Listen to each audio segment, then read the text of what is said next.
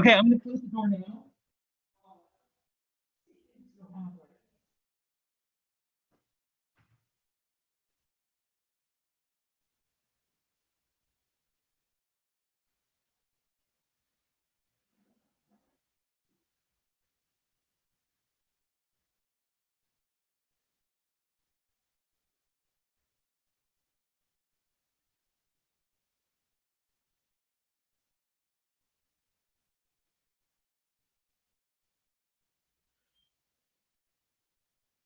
So Charlie, I'm admitting you now.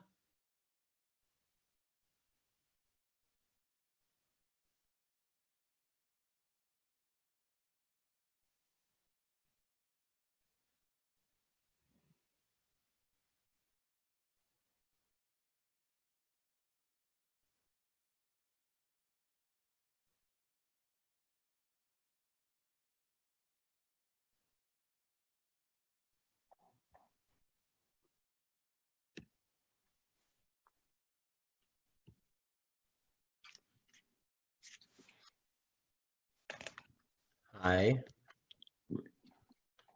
Hi, everyone. We'll be getting started in just 1 minute. They'll light up automatically. They'll light up when they're there. It's Oh, dark. no, you have to check your output. Okay, gotcha. You are live, Charlie.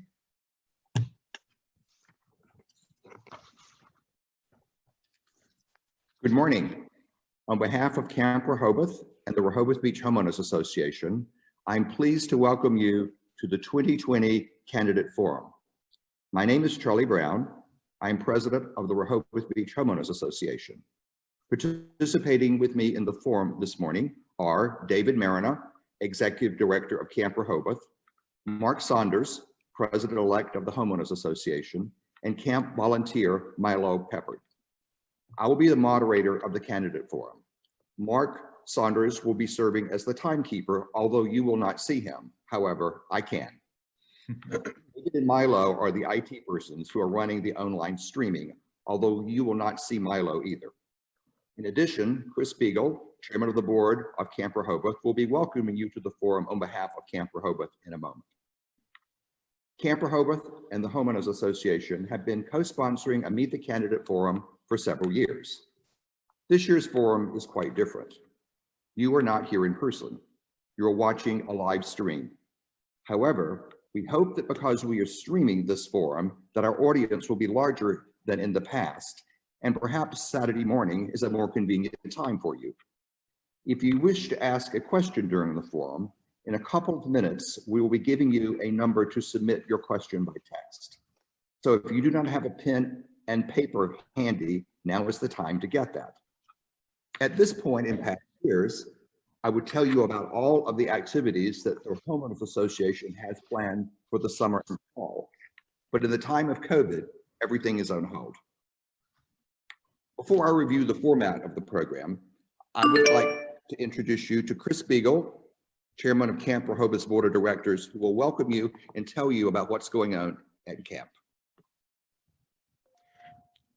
Thank you, Charlie, and good morning, everyone. On behalf of the staff, board of directors, our co-founder, Murray Archibald, and all of us in the Camp Rehoboth family, I too would like to welcome all of you to this morning's candidate forum. Camp Rehoboth has been proud to partner with the Rehoboth Beach Homeowners Association for many years in putting on this important event for the city. Unfortunately, we're not able to do it together face-to-face in our community center this morning, but for any of you who may not be familiar who are listening today, we are the Camp Rehoboth Community Center, and we are located at 37 Baltimore Avenue in the heart of downtown Rehoboth Beach. The acronym stands for Creating a More Positive Rehoboth, and 2020 marks our 30th anniversary as a nonprofit community service organization. Until the second week of March, we were very much looking forward to this being a celebratory year for us here at camp. Obviously, COVID has changed that and challenged us in many ways, but I'm proud of the work that the staff led by David Marina, our executive director, and Sal Seeley, our Health and Wellness Program Director, have done to modify programs and offer them virtually, and many of our services by appointment, so that we can continue to serve the needs of our community. As many of you know, our largest fundraiser of the year is Sundance, and this year's theme is entitled United in Love, which I think very well represents the work and mission of Camp Rehoboth. And led by the wonderful Murray Archibald and Sandra Arkin, we are very excited that this year's event will be modified a little bit, but it will be a week-long event kicking off on Sunday, August 30th at 6 p.m. with an online auction, smaller than what we've done in the past, but it'll be lots of wonderful items as we've done for years. Some of our local restaurants will be participating each night, with a portion of the monies raised being donated to Camp Rehoboth. And it'll conclude on Saturday, September 5th at 6 p.m. with The Experience. And there'll be a program filled with music, entertainment, speakers, and some surprise guests. So in classic Camp Rehoboth and Sundance fashion, there will be fun for all. Find out more at camprehoboth.com. Before we move on, I just want to wish all the candidates well in today's forum and in the weeks ahead until the election. As we've learned, elections have consequences. So the more of you who are able to get out and vote, the better for all of us. And whomever wins, we look forward to working with you and continuing the wonderful partnership that Camp has enjoyed for many years with the city of Rehoboth Beach.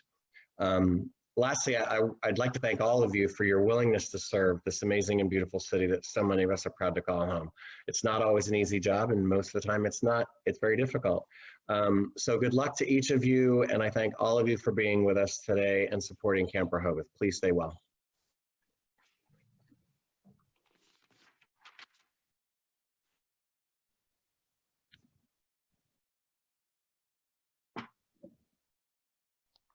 I can hear you now. Welcome, candidates. Right. The purpose of the Rehoboth Beach and Camp Candidate Forum is to educate and to inform our members and citizens of Rehoboth Beach about important issues facing our city. The Meet the Candidate Forum is for you to see and hear the candidates and to make your own decisions about how to vote. The Rehoboth Beach Homeowners Association and Camp Rehoboth do not endorse or support candidates as 501c3 organizations. When we first planned the forum, we assumed that Rehoboth would be a little more open than it is, and we had planned to have the candidates together at the Camp Rehoboth Community Center without an audience. However, last weekend, we concluded that it would be better if they appeared from their homes. We had also planned to invite a couple of people who submitted their questions early to appear this morning live to ask their questions. However, due to technical reasons, we will not be doing that. I will be reading most of the questions. David will read the first question. This is the first time that Camp and RBHA have attempted an online forum. We anticipate that everything will run smoothly. However, if there are technical problems along the way, please be patient and thank you. The forum is being taped and can be viewed on the Camp website up until the election by you again or someone who is not able to join us this morning. The format of the forum is as follows. The forum will begin with opening remarks by the candidates. Each candidate will have up to 3 minutes for their opening remarks. The candidates will appear in rotating alphabetical order, starting with the candidates for mayor and then the candidates for commissioner. After the opening statements, we will move to the question and answer section. Candidates will have up to 90 seconds to answer a question. Each question will be answered by all candidates in rotating alphabetical order. Paul Coons will deliver the first opening statement. The answer to the first question will start with Stan Mills. The first question, as in years past, will be a question prepared by Camp and RBHA. Viewers were given the opportunity to send questions in earlier, either to RBHA or to Camp. Those questions will be asked next. We're also taking questions live.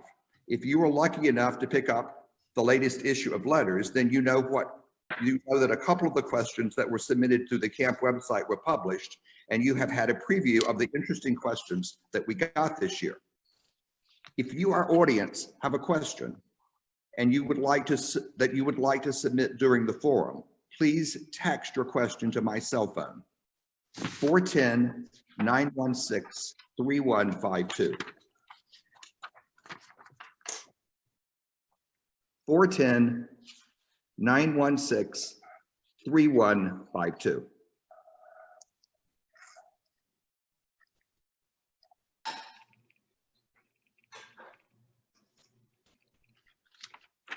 All questions sent by text must include your name and address. I will repeat that. All questions sent by text must include your name and address. Questions from voters in the city of Rehoboth and the media will be given priority during the first 60 minutes of the forum. Therefore, if you submit a question and are a voter, please provide your Rehoboth address. The forum will conclude with closing statements by the candidates. Each candidate will have up to 2 minutes for their closing statement. We expect the forum to last approximately 2 hours. This is how we will let you and the audience know how much time the candidates have left to answer a question or for their opening remarks. While the candidates are speaking or answering questions, I will remain visible on the screen in a small box above whoever is speaking. When time is running out, it's given to me by Mark Saunders. I will hold up a paddle with the remaining time left for all to see.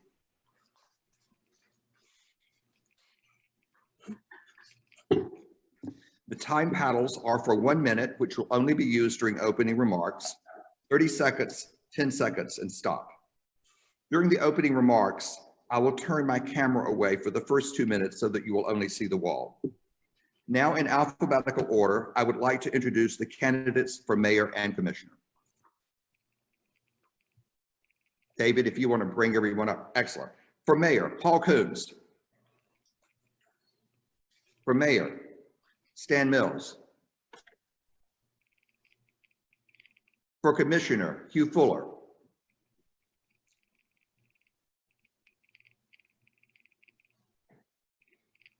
For commissioner, Pat Gossa.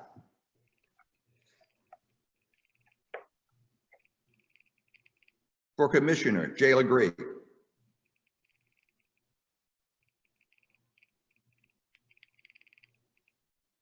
For commissioner, Rachel Macho.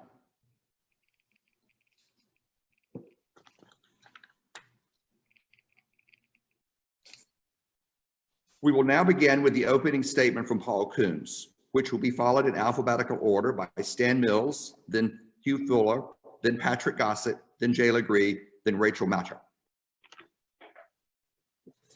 Thank you, Charlie. And thank you to Camp Rehoboth and the Rehoboth Beach Homeowners Association. I would like to set the record straight. Prior to my election in 2017, my predecessor and a couple of the candidates today allowed the City Hall project to run over budget by $3 million, depleting our city's capital reserves by $1 million. Within my first year and a half in office, the city completed the much delayed Ocean Outfall project under budget by $1.5 million. And we were also able to replace those depleted funds from our capital reserves. Prior administration, including a couple of today's candidates, spoke for many years about long-term city planning with absolutely no results.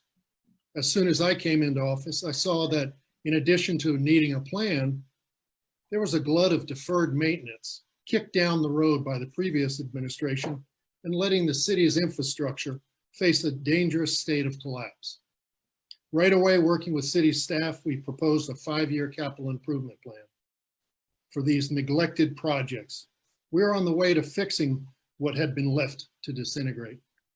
Since my first election in 2006, there's been a loud minority, including a couple of today's candidates, spreading false rumors that I'm in the pocket of realtors and developers, and that I want Rehoboth Beach to be the next Ocean City. It's a lie.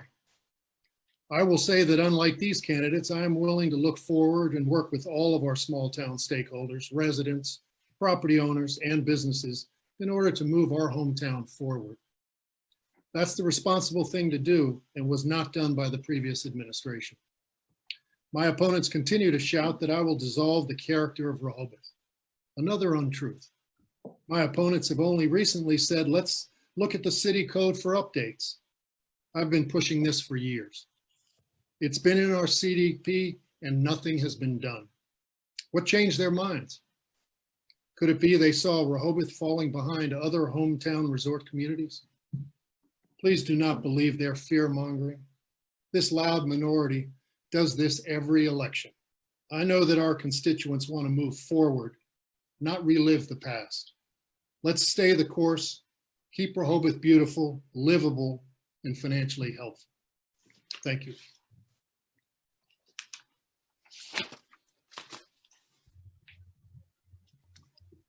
Oh, sorry. All right, Stan. All right, thank you, Charlie. I've lived here full time with my wife Marcia and cats and dogs for over 22 years. I love the physical attributes of the community: the ocean, iconic wood boardwalk, clean air, lovely neighborhoods with seasoned parks and vibrant business district. Also love the opportunities I've had for community involvement, being on the grounds design team for the museum, assisting Camp Rehoboth on library sale, publishing the RBHA's newsletter for over a decade, and being its president. As your commissioner for 12 years, I championed projects such as the total reconstruction of the boardwalk, audio and video broadcast of city meetings, installation of storm drain markers, sponsoring no smoking areas throughout the city, and my passion, nurturing open and communicative government. I'm running for mayor to restore faith in our local government and move the city forward during this challenging time.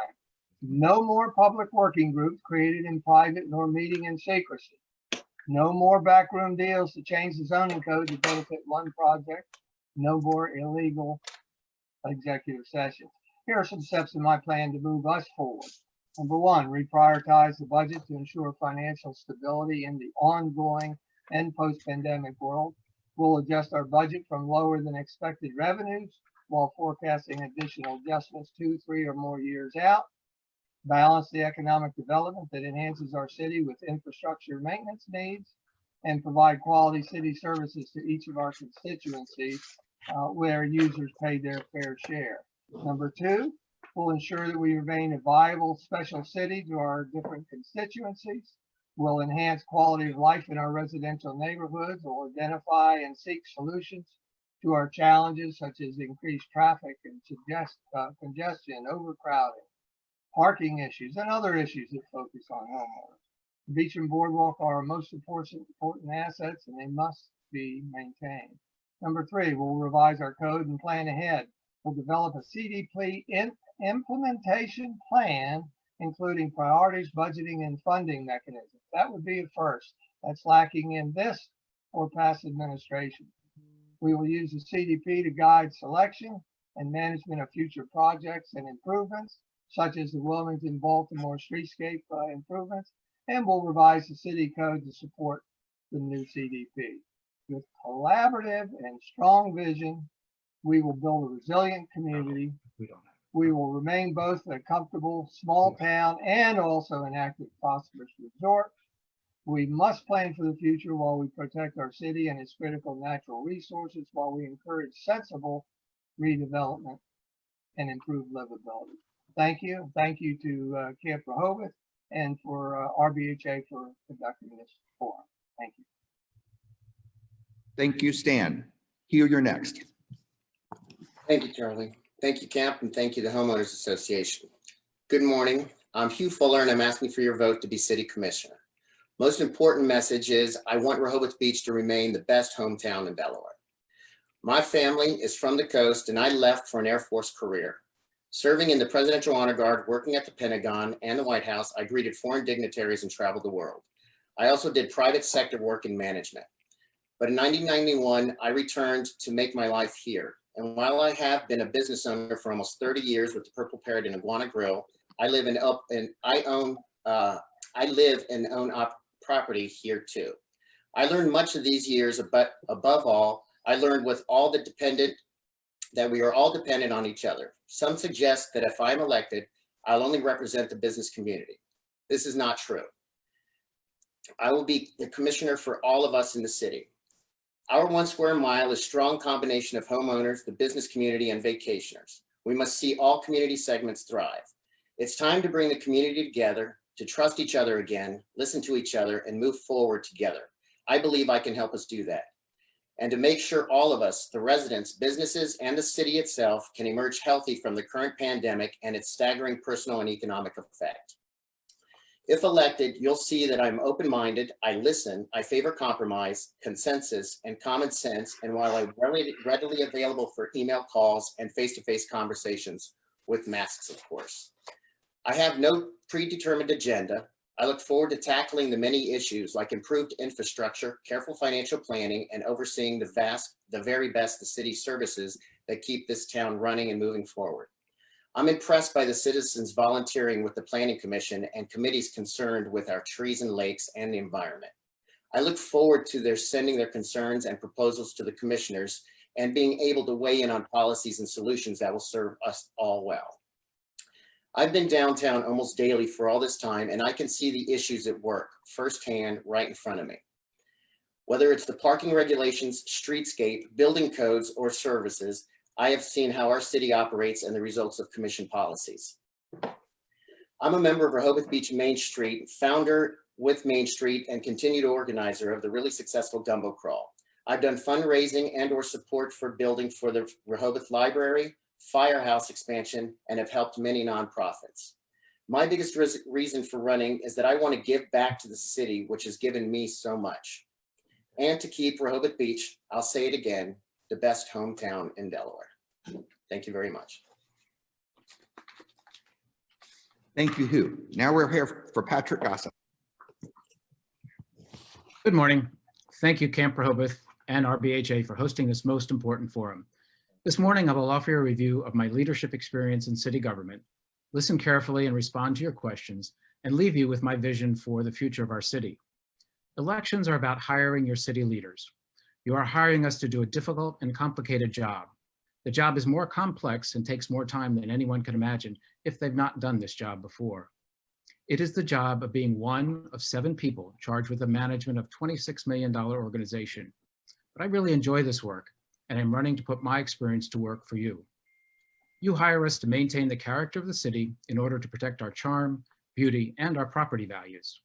My years of experience on the Planning Commission and the City Commission have been dedicated to keeping our neighborhoods in scale and preventing overbuilding. I sponsored ordinances to preserve the essential character, green space, trees, and property values of our downtown and residential neighborhoods. I chaired the Architectural Review Task Force, creating a handbook to provide design examples to retain the streetscape of our businesses and residential districts. You hire us to listen to you, to implement your priorities, to be responsive to your needs. I designed and led the public input process for the 2005 and 2010 Comprehensive Development Plans, the CDPs, which is our blueprint for the future, where hundreds of citizens shared their visions for the city at roundtable discussions and multiple public workshops. As a result, these plans reflected the concerns and priorities of a wide spectrum of our residents and property owners everywhere.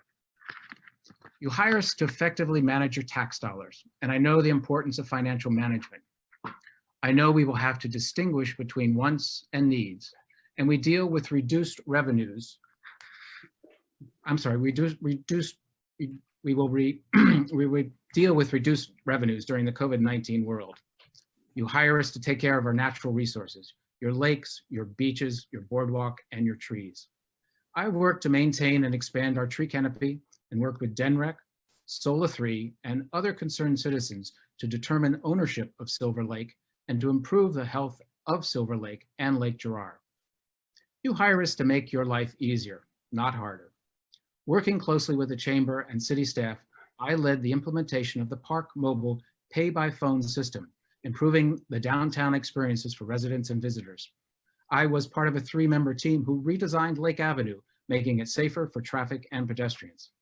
If I'm honored by your vote to continue my service as a commissioner, I will continue to talk to as many individuals as possible, listen to all options, do my research, and reflect your vision to move the city into the future. I take the oath of office seriously. I'm here to serve the public and I ask for your vote on August 8th to continue my service to you. Thank you, Patrick. We will now hear from Jay Legree. Hi, I'm Jay Legree. I've been on the Rehoboth Beach Audit Committee for over a decade. I know our financial situation really well. The COVID-19 pandemic has been a body blow to our financial situation. Shops, restaurants, stores, rental, all have felt the pain of COVID-19, and the summer is not yet ended. The important thing is that if our revenue from local commercial businesses is down, so will the city revenue be down. And the city must balance our books with summer tourism revenue. Parking, occupancy, rental, they make up close to 75% of our city revenue. And the city revenue will be down just like the commercial. The pandemic is going to force the city to make some really serious decisions. We're going to have to reduce services, projects, contracts. We usually hire 160 people in the summertime. That number has to go down. We probably won't be able to purchase the new equipment or fund a project that's in our capital improvement plan. And we have to elect commissioners who know how to deal with this, commissioners who know what's going on. This year, the Rehoboth Beach Board of Commission is not a good place for trainees. It's impossible to be fair to your constituents if you can only work the commission in your spare time. Let's elect experienced, knowledgeable leaders who can devote full time to getting us through this pandemic and on to recovery. We hear the term economic development tossed around in campaign speeches. Rehoboth Beach already has a well-established, thriving economy. Our economy is mature and well-developed. Right now, our shops, our restaurants, our hotels really need our support, and we should focus on giving them support to survive. We don't need to develop more competition for them. Rehoboth Beach has been a very successful city. Our property values reflect that. Our success didn't happen by accident. Our past leaders made it happen. The word economic development is just code for let the developers have their way with us. We've been hit with a lot of taxes, 50% property tax increase. Average homeowner has a 100% increase in water rates. Our sewer rates have increased even more. As a commissioner, I will apply the brakes and make those tough decisions. As a commissioner, I will work safely. I will work to get us safely through this COVID pandemic, and I know how to curb discretionary spending. I also know that mitigation works. I, Jay Legree, am asking for your vote. Thank you very, very much. Thank you, Jay. We will now hear from Rachel. Morning. Thanks for the opportunity to participate in the forum today. My husband, Rich, and I have been property owners here at Rehoboth for 20 years. For the last 3 years, we have been full-time residents. My background was printed by Camp and Letters, so I'm going to focus on what I bring to the commissioner role. The best word to describe me in all aspects of my life, work, family, and community is problem solver. I'm a problem solver, and most importantly, I get results. I bring the right skill set needed to complement the board and the contacts and relationships statewide Rehoboth needs in these tough economic times. Throughout life, I've built a reputation of leadership, honesty, unquestioned integrity, and experience by practicing a simple but powerful ask, listen, act. I ask to understand the problem and situation. I listen to different points of view and different sources, what has been tried, what the obstacles are in the way, and I act with people to solve the problem and achieve the goal. Real life examples with my work, family, and community include the following. Work throughout my career, I was recruited for roles to achieve high growth, help turn around failing businesses, refresh marketing and company brands, and lead change and transformation initiatives, all focused on improving customer experience. In my family, my kids referred to me as manager of miracles. When we moved to Wilmington from Greenville, Delaware, there was a dilapidated basketball court in the park, 1 block from our house. My boys loved basketball and wanted to use that court. I proactively worked with DENREC, City of Wilmington Parks, local councilman, and our representative, Gerald Brady, to secure funds to build the basketball court. That court has been used literally every day for the past 8 years. In Rehoboth, for the past 20 years, I watched a family with a son that had cerebral palsy struggling to wheel their son up and off the beach every weekend. 2 years ago, that boy was then 20, was getting carried by his parents over the sand because it was so hard to get up and down the path to the beach. I contacted the city manager and requested a beach mat for our street. Now, this handicapped boy, his family, and many elderly neighbors easily walk up and down the path to and from the beach. People that know me know that if I commit myself to doing something, it will get done. And if that commitment takes time to complete, it hangs with me and I will get it accomplished in every way I can. So in this campaign, there are 3 candidates that talk about experience matters and leadership and have served the city for, in some cases, more than 15 years. Yet in this election, we're still talking about those very same issues from 15 years ago that they had failed to address, swept under the rug, or ran away from re-election last year. And now they tell us they can solve our problems when they couldn't do it before. Issues like parking, the city code, infrastructure maintenance, acting on the 2010 and 2000 CDP when it just sat on the shelf to collect dust, which is what someone admitted in our Chamber of Commerce forum, the streetscape project. Many of these projects have been just sitting with us for many, many years, including fiscal responsibility budget, because the City Here project, we all know, has taken us into debt for $17 million plus. I am a problem solver and get results. Time's up. Open mind, team building personality to work together for our entire community, and hope that you will also see these same qualities as you go to the ballot this year. Thank you.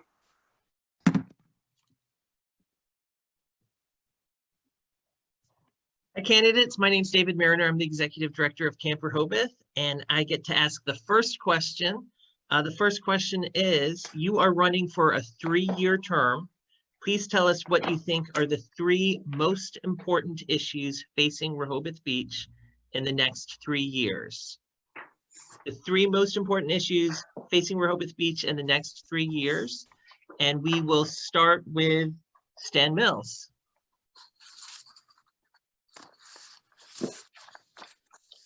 Seconds, right? There we go. Should be unmuted. 3 things in the next 3 years. Well, of course, I believe our first thing is to get through this pandemic and ensure the viability of our downtown business community.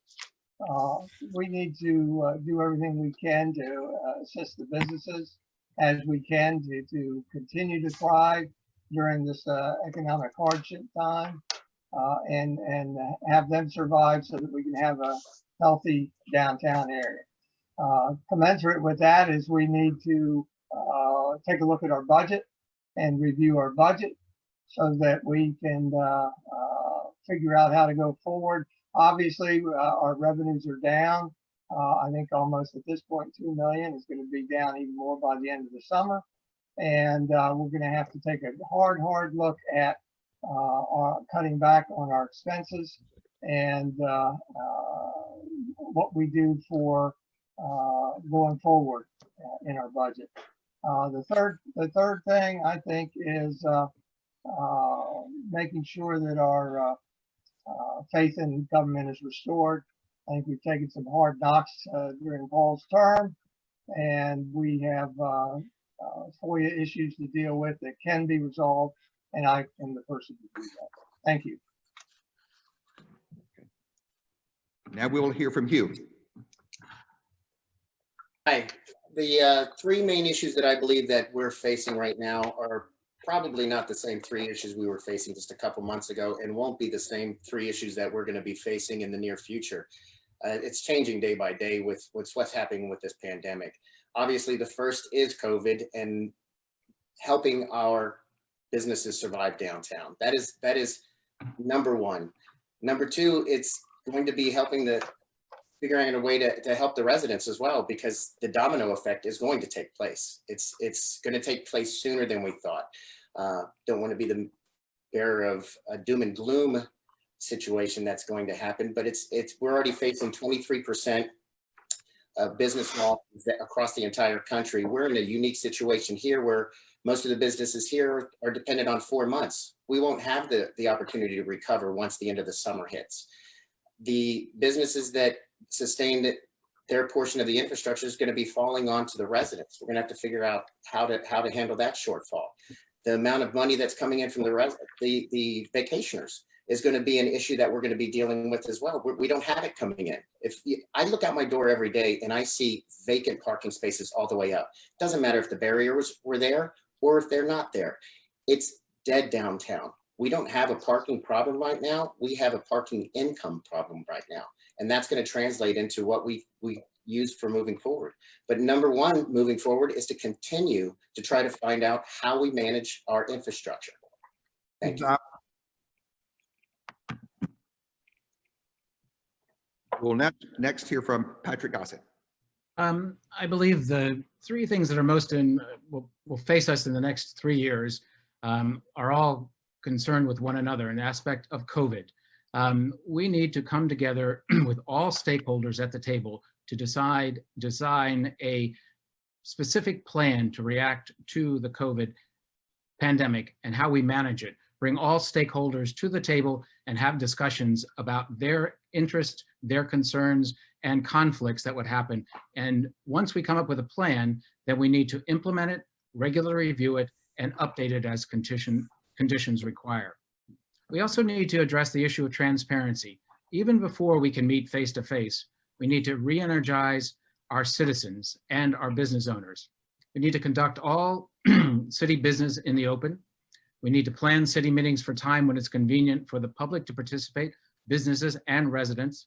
And I would also communicate more often with our citizens through a combination of newsletters, web postings, town halls, and surveys. The more we share information, the more people are informed, as long as we come across with a consistent, concise message. And third, of course, is our financial responsibilities.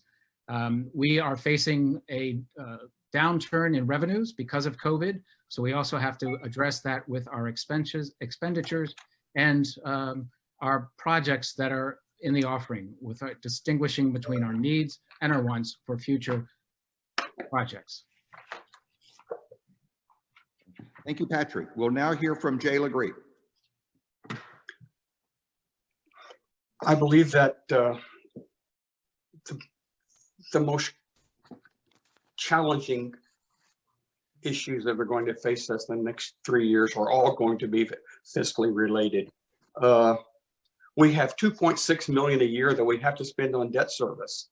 Now, if we have a $5 or $6 or $8 million cut in our budget, we're going to be scrambling. We have several $1 million worth of salaries that we have to either cover or find a solution to recover.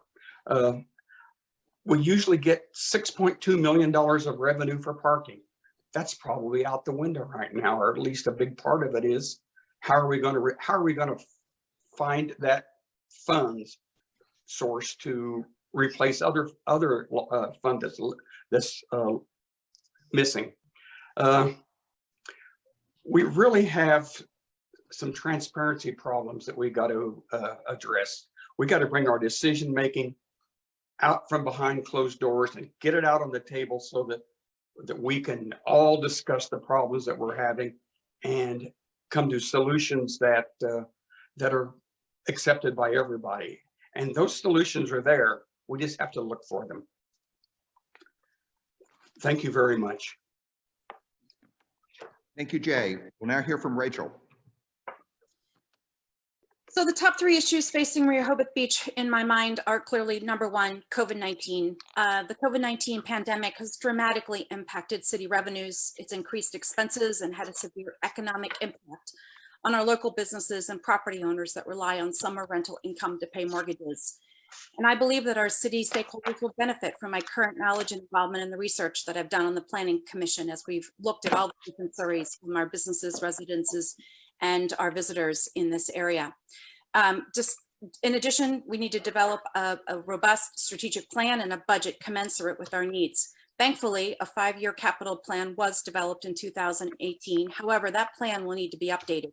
The impact of COVID-19 has caused the city to defer some infrastructure upgrades and maintenance based on the lost revenue.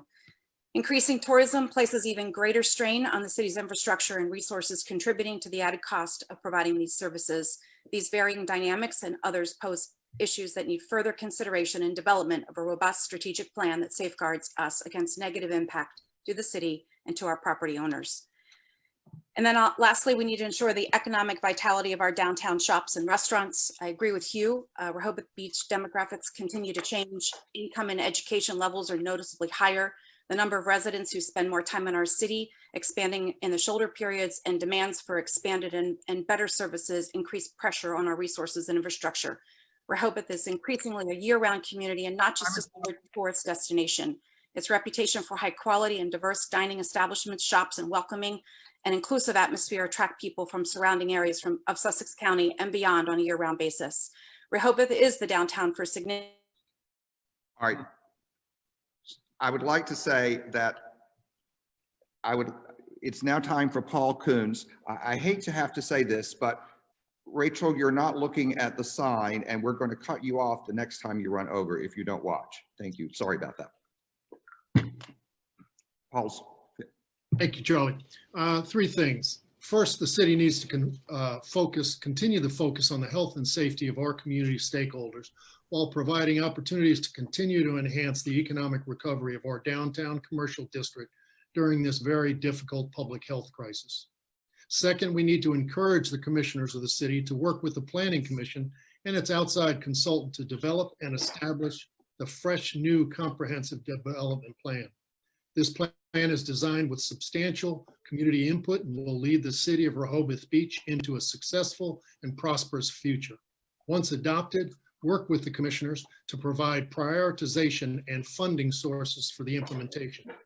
And finally, engage a public urban planner to work with city stakeholders and staff to possibly implement some of the innovative ideas that have emerged due to the COVID-19 crisis. Any such approved changes would, of course, be required a thorough analysis and evaluation of the city's building and zoning codes. These are all things that we need to look at, more importantly, probably in the next 12 months. But I think some of these things will go over the next 3 years. And I think very important for the future of Rehoboth. Thank you, Charlie. Thank you. Now moving to the questions that were submitted online.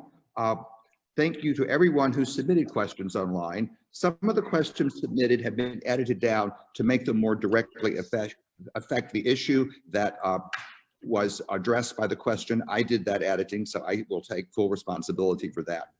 We're also getting questions coming in online. Thank you very much. However, a couple of questions have been directed toward a single candidate. Questions must be directed toward all candidates or they will not be submitted. The first question, which will be answered first by Hugh Fuller, is from Matt Gaffney of Penlopen Avenue. Please give us your thoughts about implementing a beach tag program in Rehoboth. Well, I think that a beach tag Rehoboth beach tag implementation is gaining a lot of traction right now, mainly because they also not only limit the amount of people that are on the beach, but it's also going to be a new way to generate income. Not saying that I was in favor of it before, but it might be something that we have to take a look at now. We're going to have to put everything on the table with the shortfalls that Rehoboth is facing. Thank you. Patrick. Okay. Beach programs, beach tags have worked successfully in other beach communities. And I think this really deserves examination as brought forward by the Chamber of Commerce to us. But what is the problem we're really trying to solve? Beach tags have been successful with crowd control, but I don't believe that's our issue right now. Our issue is health and social distancing. I kind of compare this to NASCAR or concerts, where tickets are sold to limit the numbers, which beach tags would do, but there is no social distancing and a low use of masks at these types of events. And this really did not solve our problem we are addressing of health and social distancing. It's part of the answer, but it's not the full answer. We really need to clearly define the problem and reach a consensus by involving all of the stakeholders involved. We need to have a clear and well-communicated plan. And I think this would be one of the issues that the task force that I suggested would tackle in the weeks to come. Thank you. Jay. Beach tags, as Patrick said, have been advocated by the Chamber of Commerce. As just as a COVID-19 solution. And we really need to think it through with stakeholders at the table, because beach tags are a real paradigm change. There are a lot of things to consider, pro and con. Pros, we can control the space on our beach that is already overcrowded in places. We can even probably do that through the COVID-19 pandemic, but after it's gone, it's going to be tougher to do. An overcrowded beach has many negatives, such as safety, ease of behavior control, cleanliness, and things like that, that tags could help with. However, then this is the biggie, we lose our reputation as a free beach. And I'm not sure, this is one we really need to think through before we consider beach tags. Beach tags bring revenue, but they also have infrastructure expense. We have 30 entry access points on our beach. How many attendants, tag cops, barriers? We had to have a sales office. I really think we need to think about this a long, long time before we go to beach tags. Thank you very much. Thank you. Rachel.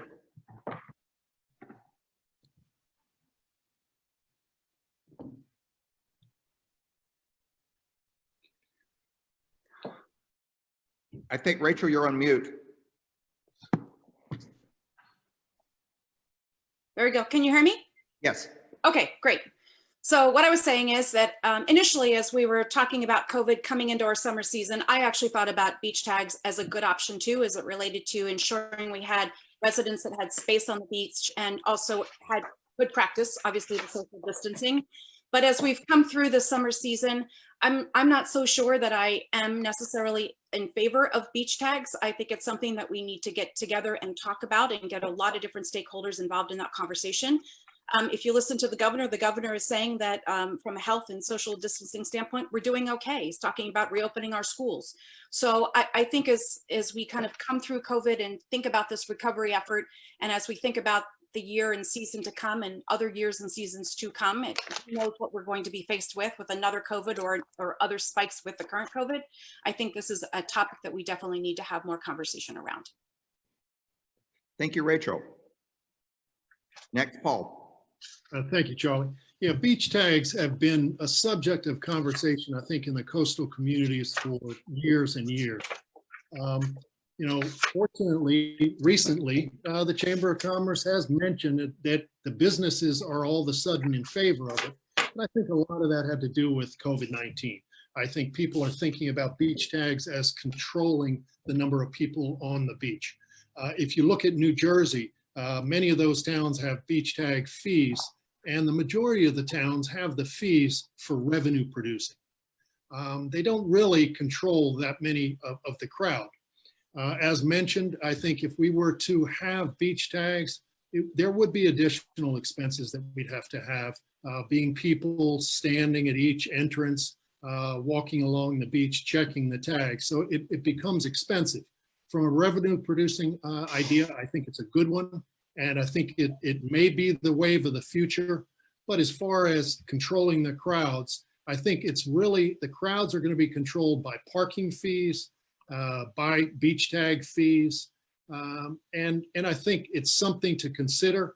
I think the businesses need to get on board. I know a lot of the residents consider a beach tag a great way to control the crowds on the beach. I don't know if that's something that would happen. Thank you. Thank you, Paul. Stan. Hi, thank you, Charlie. When I toured 20 New Jersey boardwalk towns in preparation for reconstruction of the boardwalk, I found it interesting that not all had beach tags, but most of them did.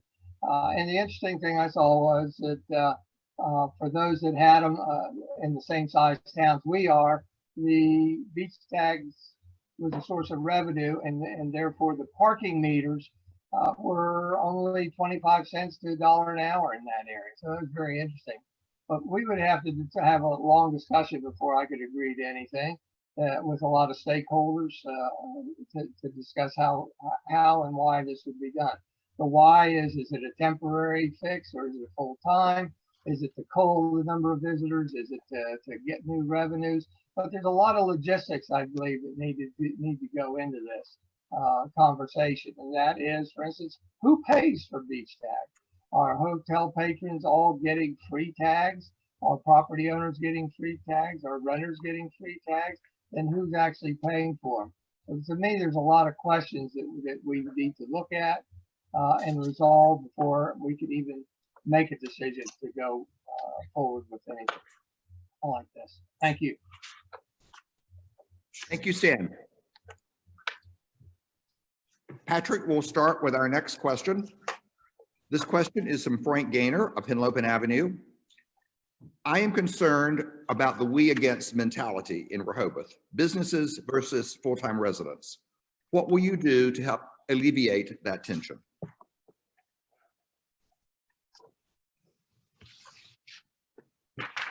I hear this question often, and I think it is really a false dichotomy. For more than 100 years, Rehoboth Beach is a place where people want to live or operate a business. The services that the city provides to create a safe, clean, welcoming environment, our police, our beach patrol, our clean streets, our clean beach, our clean boardwalk, and clean public restrooms. All of these services and amenities attract people to live here and make it a good environment to run a business. Think of it this way. All of the reasons someone chooses to buy $1 million house in Rehoboth Beach to live and vacation here and not in Ocean City are the same reasons that the owner of a small business would choose to open on Baltimore, Wilmington, or Rehoboth Avenues instead of Ocean City. The residents and businesses of the city share the charter of the city, open and transparent government, a clean environment, and a vibrant business community. These are the common values, not competing. We need to join together with all of these values in mind. If we work together, it will bring us all success. And to paraphrase a great leader, in my opinion, ask not what your city can do for you, but ask what you can do for your city. Thank you. Thank you, Patrick. Jay. I think the businesses do a tremendous service for the community because they bring the tourist revenue to us. So the business community has a real head start as far as contributions. But then the city does a few things for the commercial folks. We provide lifeguards for $660,000 a year. We provide summer police for $300,000 a year. We spend $153,000 on the bandstand. We have the cheapest business licenses anywhere. We hire summer part-time employees for $195,000. We spend $500,000 a year on garbage collection. We spend $280,000 of our money on a dock that's going to bring more people and more business. We spend $200,000 a year on just boardwalk maintenance. So the city, the residents do contribute a lot. We contribute in a lot of ways. We have beautiful neighborhoods. We have tree canopies that are just phenomenal. And those are all paid for by the folks who live there. So I think it's a real great combination. And I think that to make it a thus or a pro or con or this or we or them or is wrong. And I thank you for that question. I really do. Thank you, Jay. Rachel. I'm pretty sure that residents recognize that our investment here in Rehoboth is part of the bigger picture of what we represent as a city. And that includes having shops and restaurants and places to stroll to. So I believe that there is, if there is a group of residences that do not support business here in Rehoboth, I think there's perhaps an education and awareness opportunity for us to actually talk more about that. I think there's also, from a budget standpoint, the opportunity for residents to understand what that contribution is as it relates to money being spent and revenues that are taken in by businesses and that we benefit from as it relates to parking and fees and taxes, et cetera. So if there is a real problem between residents and businesses here, I think it's a smaller minority than people realize. And I also think that we can be more transparent and offer more opportunities for education and awareness for folks to understand the true model of how Rehoboth operates. Thank you. Paul. Thanks, Charlie.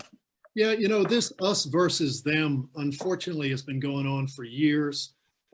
Some of it's certain residents against other residents, but unfortunately, there are some residents kind of against businesses. And, you know, one of the things, and it's been enumerated here today, is the businesses provide, not directly, but indirectly, so many revenues that pay for a lot of our services here in the city, whether it's parking, whether it's the rental taxes, you know, whether it's the accommodations tax. And so this us versus them shouldn't really exist, but it does. Some of the residents feel the businesses are getting away with everything. Some of the businesses feel that the residents are getting away from everything. I think this is a time that we need to sit down with the groups, residents and businesses, so every group knows who's paying for what and what each group does for the other. I think this is a great opportunity for us to educate people on why people are spending money here in Rehoboth. People are buying $2 million homes like it was nothing. And I think there are so many opportunities here for people to learn exactly why people are coming to Rehoboth today. It's not the same reason that people came to Rehoboth 25 years ago, 15 years ago. Today is different. Thank you. Stan. Thank you, Charlie. I participated in the 2005 CDP workshops, and I've never forgotten that there was a lady that wanted a gated community. She wanted Rehoboth to be a gated community, and she couldn't understand that the limited number of residents here could not support the business community. And you know, we all need to be mindful that we're a residential community, but we're also a resort. Visitors are needed. They are an economic engine. They provided needed revenues to the city to help pay for the visitor services and more. And so, yeah, I'm not sure that the people are as angry as Frank maybe intimates about being mad at businesses, but more mad at the manifestation of the crowds or trouble that some visitors might bring, meaning extra traffic, extra congestion, parking in their neighborhoods, noise, and some of those I think are generally under control at this point, such as noise in our neighborhoods, and others are much more challenging to resolve, as we know, through the parking permit and discussion. Thank you. You're up, Hugh. Oh, thank you. Well, being a business person and living here for the last 30 years, I represent both sides of the spectrum on this one.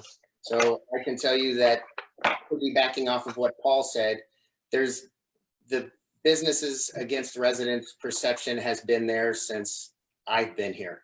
And it was worse under the previous administration. I believe it's gotten a lot better now.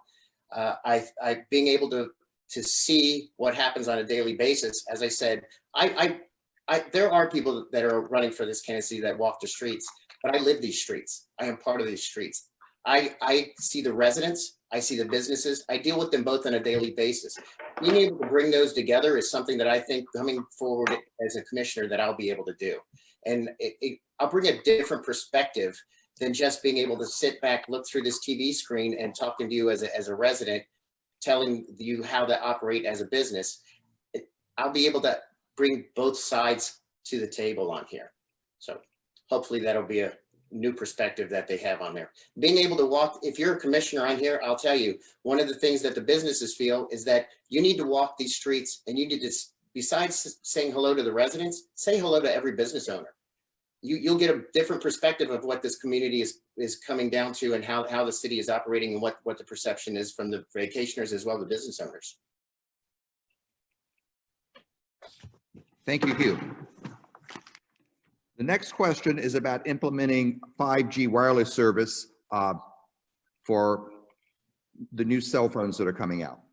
Do you support updating the zoning ordinance to provide setbacks for wireless communications facilities in close to residential dwellings, conducting safety testings and notifying residents when a permit has been submitted. This question is from Heather Metz of Bayard Avenue, and we will be starting with Jay.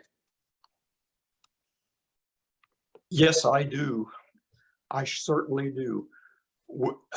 Commissioner Mills and I have been up and down the boardwalks, Jersey and also in Maryland, and the aesthetics of these new 5G antennas are horrible.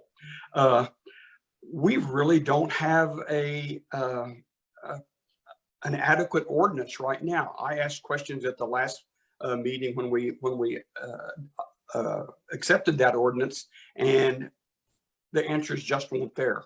We have right of way that's got old poles in it. We need to keep distance away from occupants. We're not doing that. We don't have any way to check that. And when autonomous vehicles come to town, we're going to have data transmission that's unreal, and we don't have any way to know right now whether we're abiding by the regulations, the FCC, or not.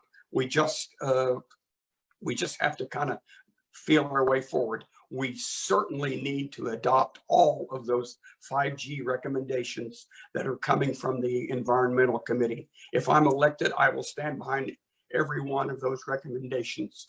Thank you for this question. I appreciate it. Give me a chance to vent. Thank you, Jay. Rachel.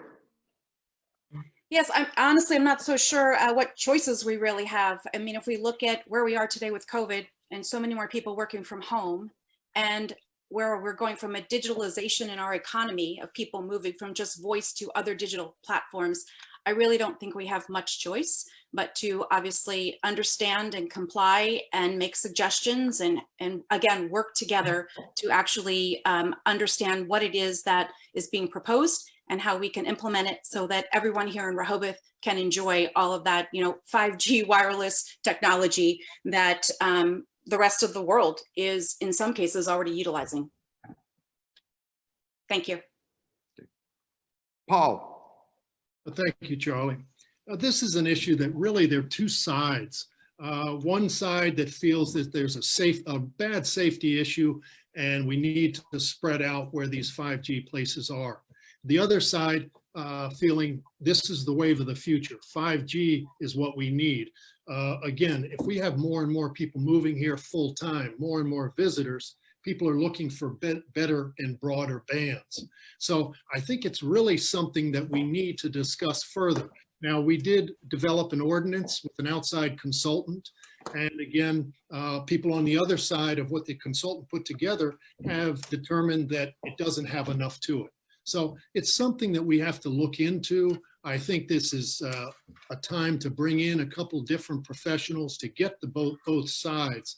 I've read articles that say they're terrible, you can't have them close by. But I've also read articles that say it is the wave of the future for technology. And I think technology is the wave of the future that we have to consider, even though we're in a small town like Rehoboth. Thank you. Thank you. Stan. Thank you, Charlie. For me, the important aspects of 5G are health, aesthetics, proliferation, and zoning. Yes, a law was passed recently. In fact, I voted against it.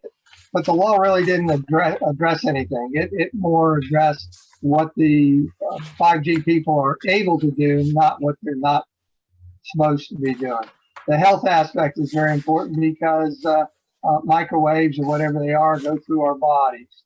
The aesthetics is important because we need to protect our band, especially antennas that are proposed already or on the boardwalk.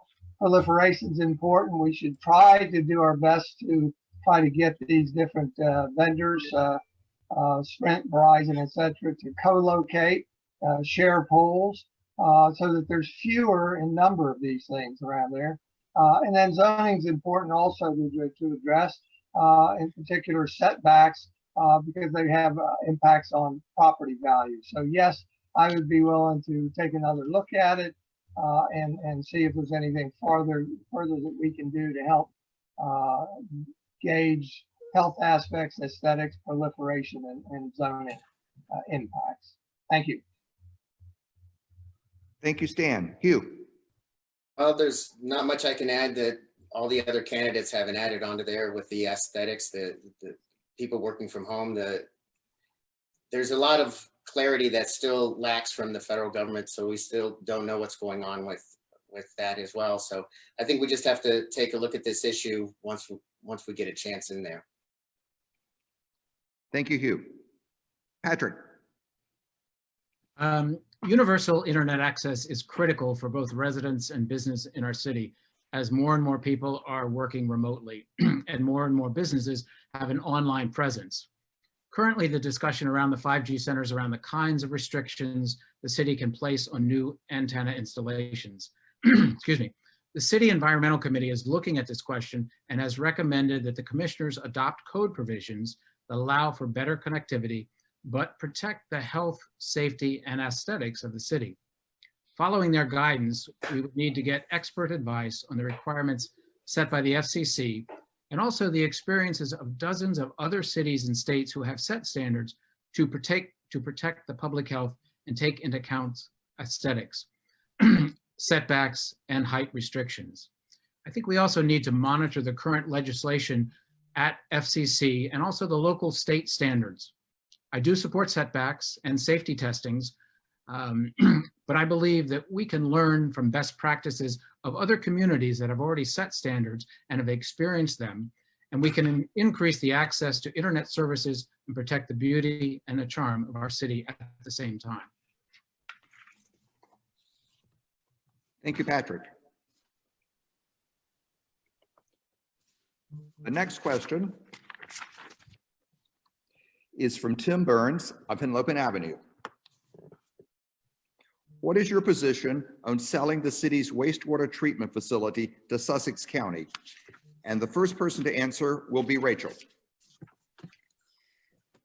Okay, so this is a topic that I guess it's been about 3 years or so ago now that I participated in the very last public session that we had. It was a 3-hour session. I'm sure many were there as well. And I walked away from that session feeling like there was still more work here to do. I felt like the decision had been made coming out of that session, and it still feels like to me that there is some work here to do from the water and sewer side as it relates to capacity and potential revenues that we could potentially either thank you, I see it. Some revenues that we potentially can enjoy, or potentially, look at giving this whole thing over to the county. So I haven't been totally involved, honestly, with that project up to date, but I do think that there's work here that we should reopen those discussions and understand where we are, especially in light of COVID, and what opportunities we need from a revenue perspective that we could potentially revisit here and put a plan forward that might be a better plan than what's in place. Thank you. Thank you, Rachel. Paul. Thank you, Charlie. Yes, this idea did come up in the past when we were working on the Ocean Outfall project. Basically, the county being a 42% participant in the wastewater plant and the outfall project, had discussed with us the possibility of them utilizing more capacity at the plant. Right now, Rehoboth water and sewer users pay for about 58% of the capacity at the plant, but use much less. A lot of facts came down from the county, as well as our engineers, looking at the possibility of moving the plant from our hands into the county. We did have a town hall, and it just seemed that many people just didn't understand exactly what was going on, and many people were against it, because I think a lot of people in town want to keep control of the water and sewer, the sewer plant. Even though we only have 10 employees, we have new high-tech technology that we really don't have the employees to work on, and we're utilizing some of the county people. So it is something that's still up in the air. I know the county is interested. I'm sure that something will come to the city within the next year or so to help the city from a payment perspective as they're looking at paying off the debt and doing all the services that need to be done down the road. Thank you, Paul. Stan? Thank you, Charlie. Simple answer, no. I have no interest in selling the wastewater treatment plant or giving it away to the county. That was, I thought, very clear message by the citizens at the town hall that we should be keeping control of our own wastewater treatment plant and not be giving it away to the county for them to take over control. What upset me most about that time, however, was the illegal executive session that we had that included discussions with the county and with the Abrams Group, where we had substantial discussion illegally inside that executive session. And then when we came out into the public session, there was minimal, if any, discussion because we had already discussed it in executive session. The people were robbed of the opportunity to hear that discussion. And that should make everybody angry. That's all. Thank you. Thank you, Stan. Hugh? Yes, I believe that we need to take a look at it again. Maybe it's something that comes up for referendum. I'm not, I would have to be more advised on this one to give a better answer on there, but it seems like we're divided across the board on here, so it would be something that we all have to discuss again. Thank you, Hugh. Patrick? Yes, I will say I am completely opposed to the sale of this excess capacity to the county. This is a really valuable asset that the city owns and operates, and it is our only real opportunity for additional revenue to sell our ability and our excess wastewater treatment to the county. This, in time of COVID and reduced revenues, this is an area that we can really use for additional revenues from the county. So again, I completely oppose the sale of this asset. Thank you, Patrick. Jay? Okay, I'm unmuted. I too oppose the giving away. It's been called a transition of assets, but it's a giving away of our wastewater treatment system to the county. The worst problem is that we lose control of the effluent that goes out into the ocean.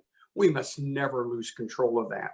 After 2023, the county is going to have to make a decision if they want to go 50-50 with us or stay at 42-58. I think they'll go 50-50. The county's building a pipeline from Wolf Neck to our treatment plant. Excuse me, they are designing a pipeline from Wolf Neck to our treatment plant as I say this. So they want to use our excess capacity, and I am all for allowing that to happen. And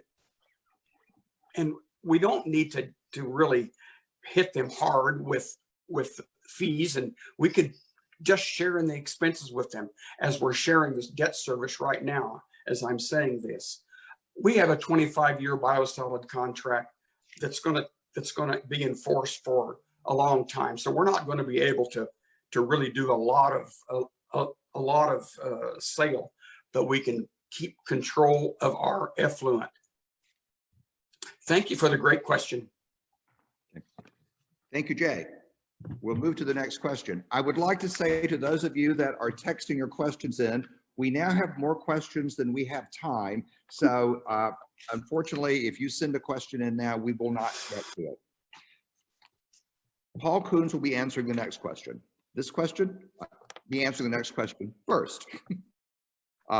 This question is from Jennifer Rubenstein of Henlopen Avenue. Parking scarcity is a perception problem. There's plenty of parking available, but visitors have trouble finding it. Do you favor a free shuttle service to help people get around in town easier? If not, what specific measures do you support to address the congestion problem? Hey, Charlie, and thank you for the question, Jennifer. You know, I do support some type of shuttle system throughout town to make it easier for people to walk or ride and not have to park downtown. The Jolly Trolley system family came to us with a proposal a year or so ago, and everybody was up in arms about it because the Jolly Trolley would be doing a circular through their neighborhood. Since then, however, I've experienced a couple shuttle systems down in Florida that are using golf carts that access the neighbors somewhat like an Uber or a Lyft, in that you can, on your phone, text and get a ride from Country Club Estates to downtown or downtown back. I think a shuttle system like this would be very simple in town. It would take away any kind of parking issues downtown. I think the people that live in town or rent in town, this would be something that would be very acceptable. And the ones that I've traveled in Florida have been free. So it's an initial investment by the city, but I think it could help in the congestion perspective. And I think it would also be something that would, avoid the parking situation downtown and allow more people to park in their own neighborhoods. Thank you. Thank you, Paul. Stan?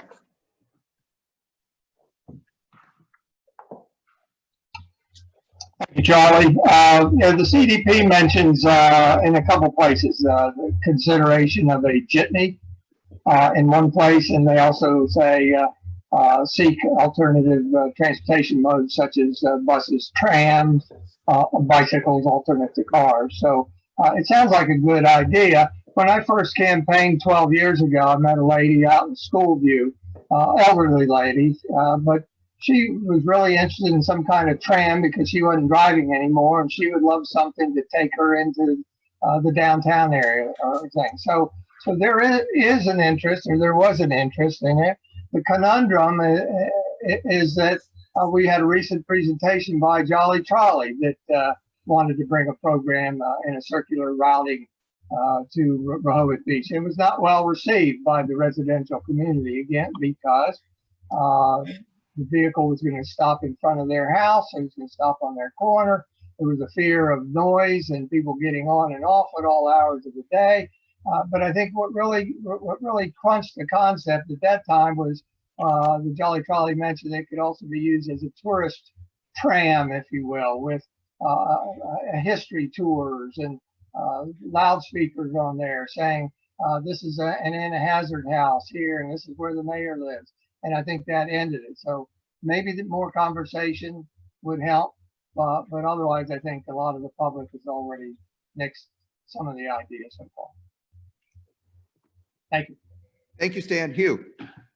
I'm in favor of anything that alleviates the parking situation that's downtown, or the perceived parking situation that we have.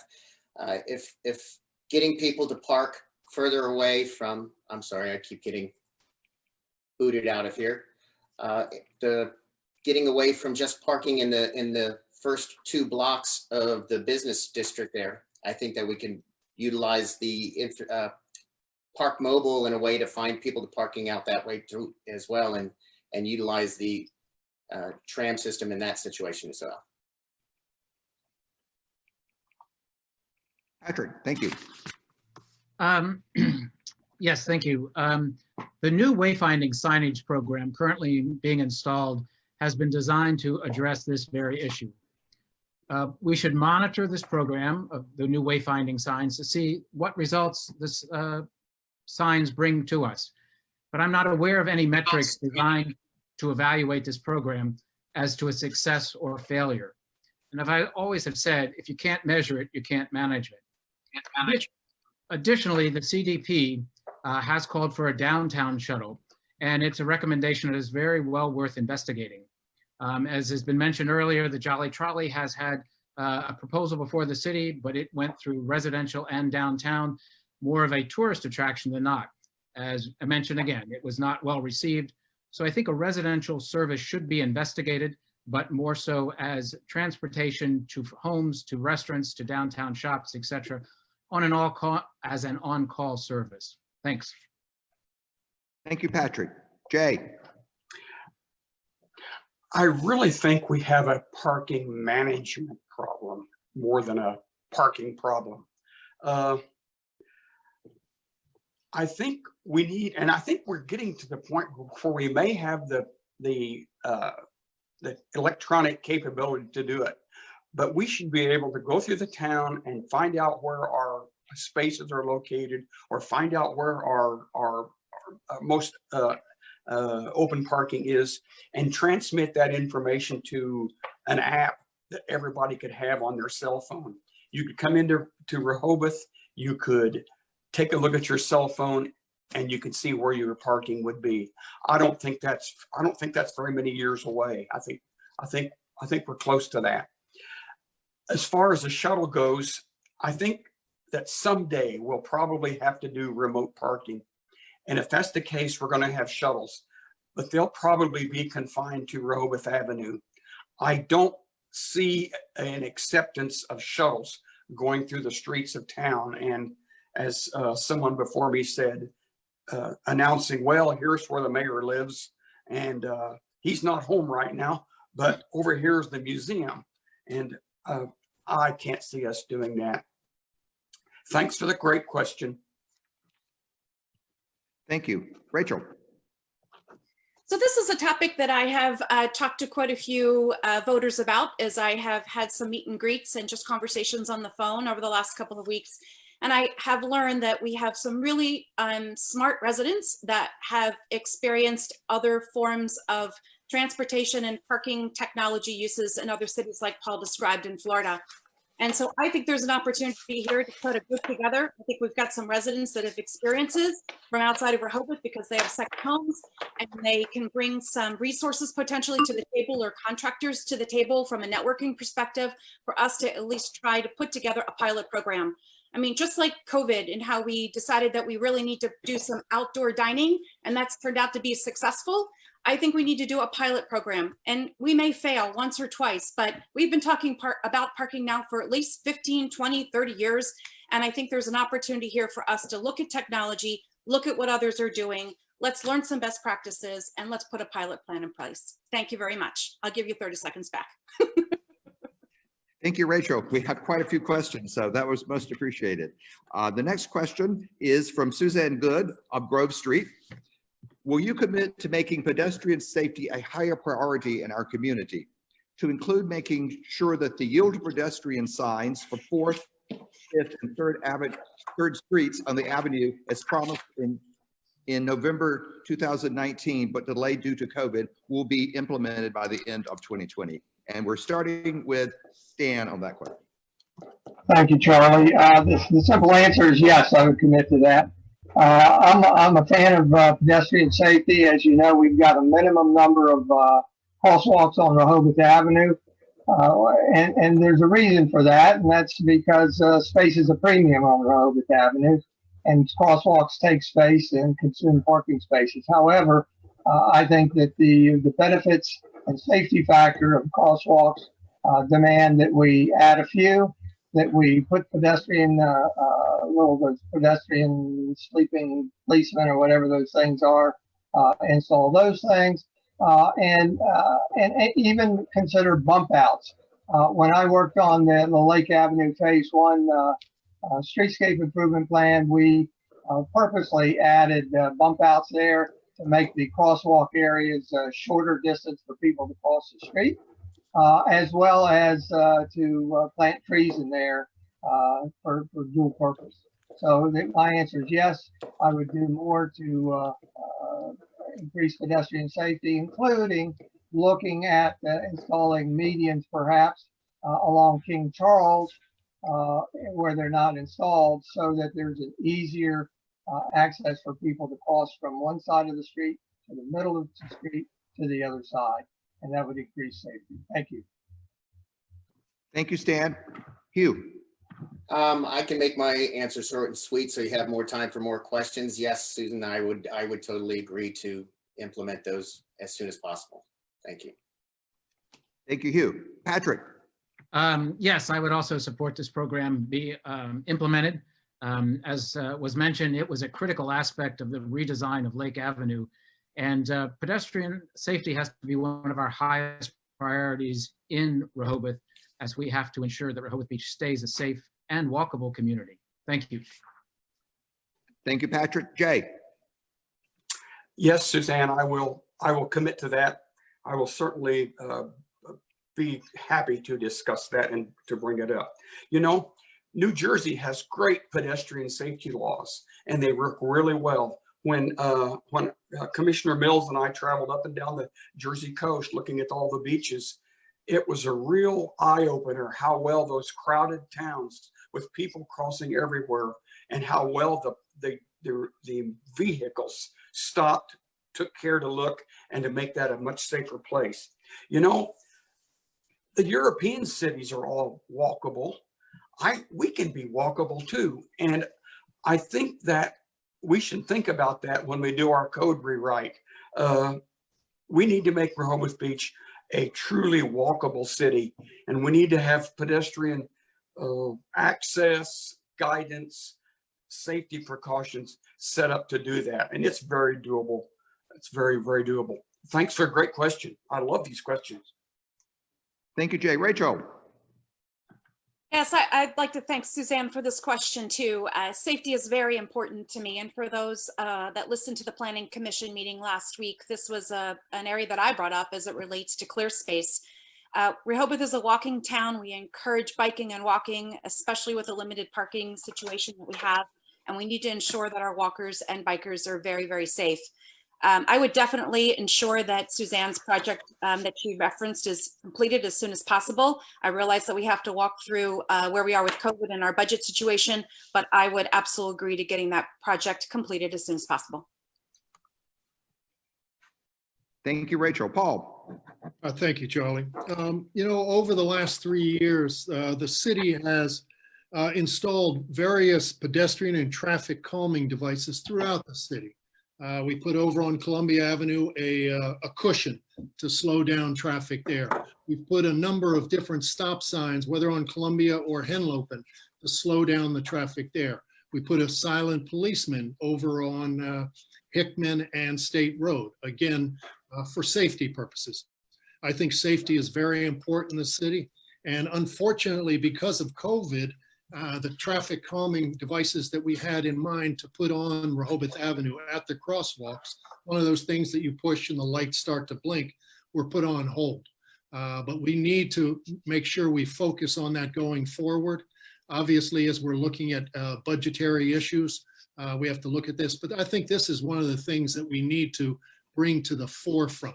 It's much like, for example, working with DelDOT, getting DelDOT to pay for it. We brought the bicycle path in the back of Grove Park to encourage people to come off the trail, go down Henlopen Avenue to get back onto the trail in the state park.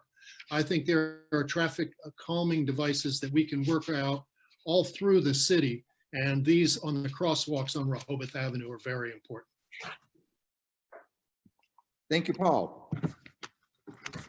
Our next question is from Julie Davis. Did I skip Stan? Sorry. No, my bad.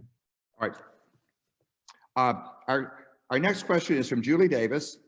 One of the issues in this election is the role of economic development in restoring our city's financial stability. What does the term economic development mean to you, and what specific steps would you take to encourage it? And we're starting with Hugh.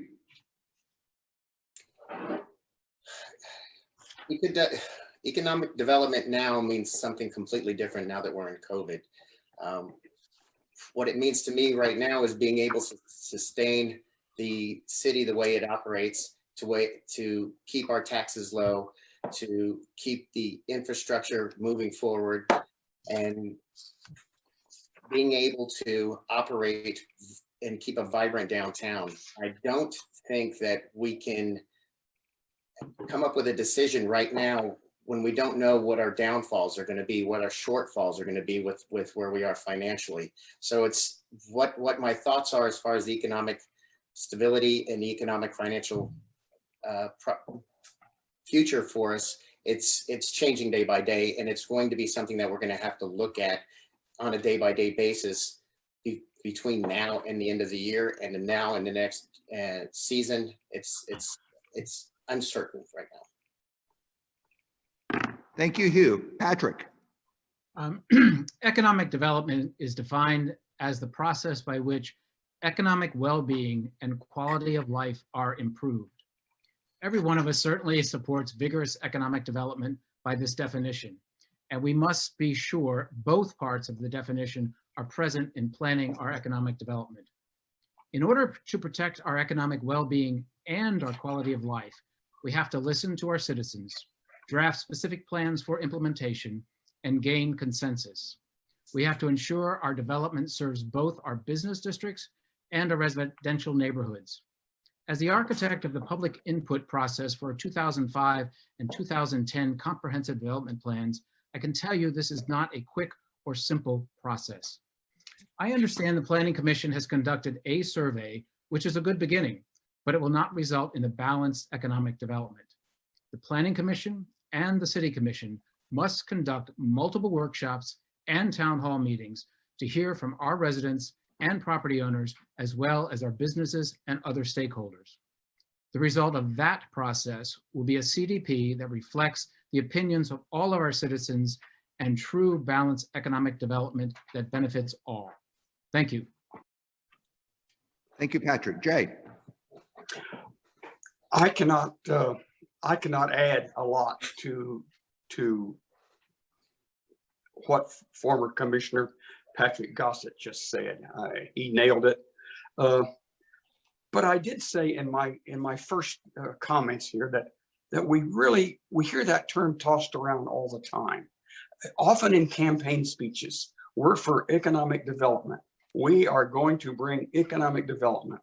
Well, Rehoboth Beach has a very, very well-established, thriving economy.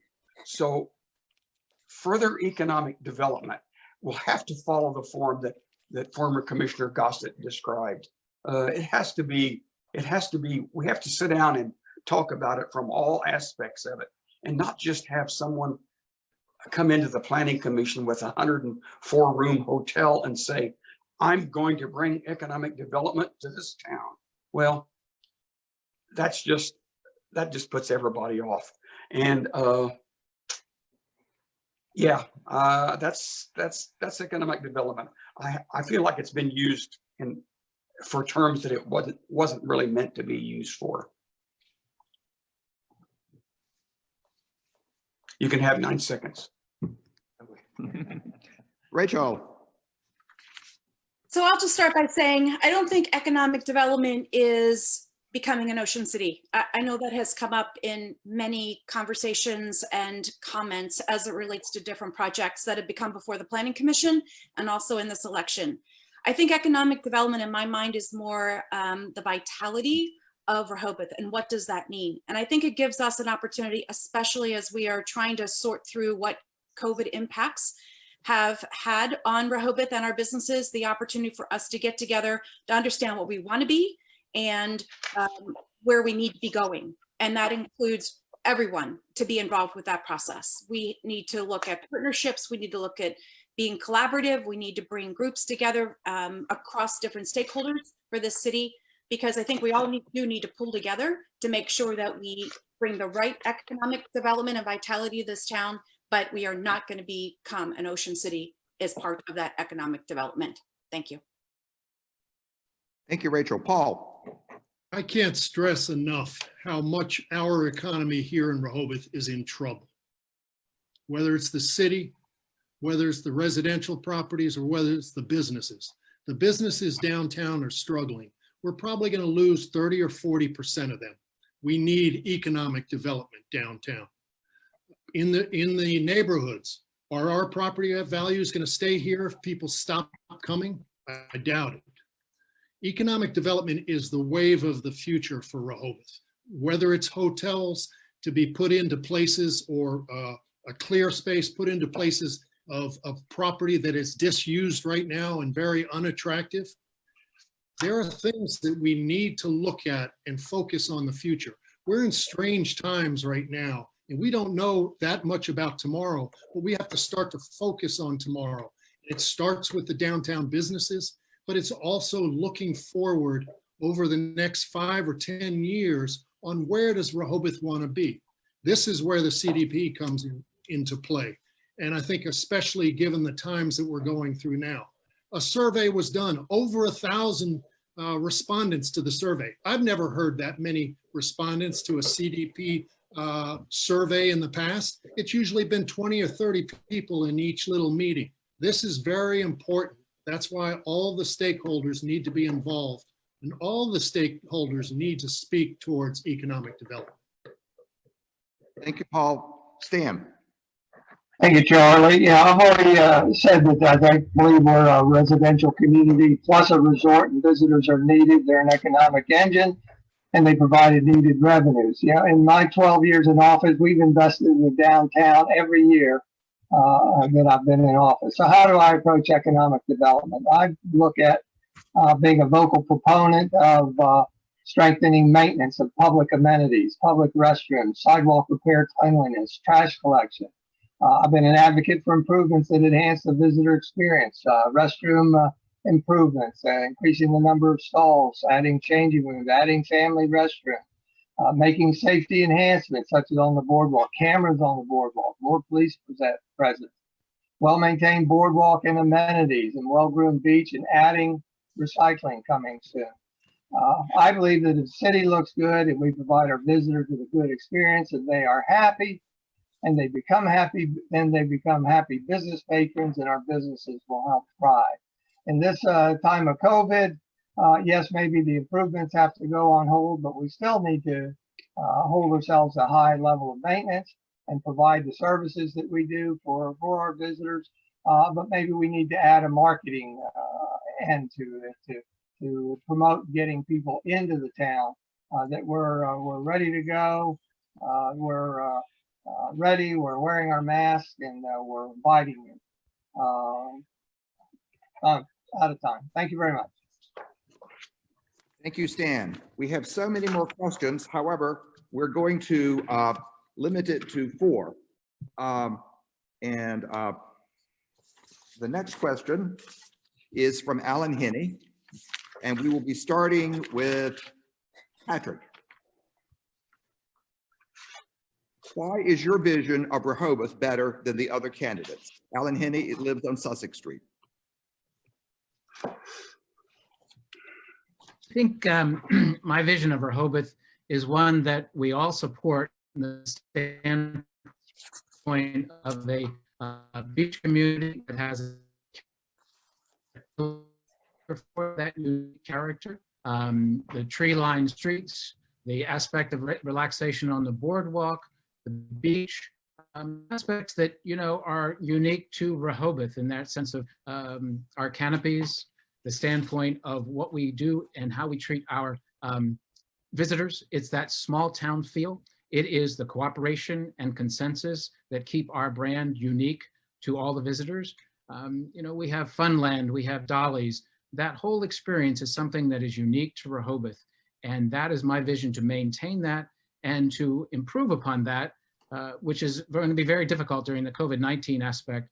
But I think that is the vision that we need to keep in mind going forward. Thank you. Thank you, Patrick. Jay. I think I just heard the mayor describe Ocean City and Myrtle Beach. I might have misunderstood, but my vision of Rehoboth is to keep our brand intact. The people who love to come here because of memories, and we have to really work hard to keep it that way.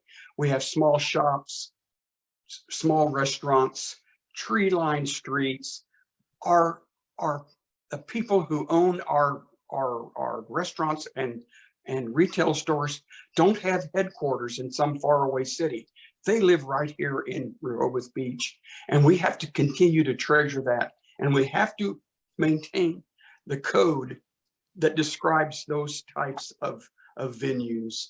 And if we do anything at all, we need to work hard to go out into our neighborhoods and find out what those neighborhoods want to do to preserve their neighborhoods. We don't need to bring the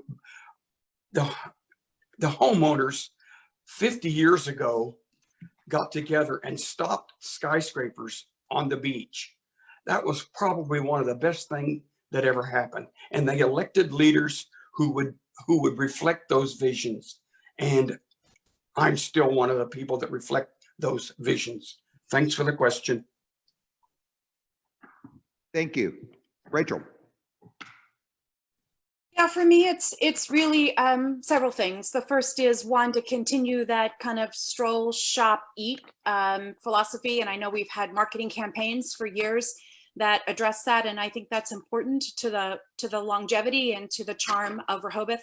I also want this to continue to be a family place, and I want all the traditions that go with that, like Funland and like Candy Kitchen. There are so many great things about Rehoboth that I remember as a little girl, my kids have experienced, and I want their kids and our grandchildren and their grandchildren to also experience.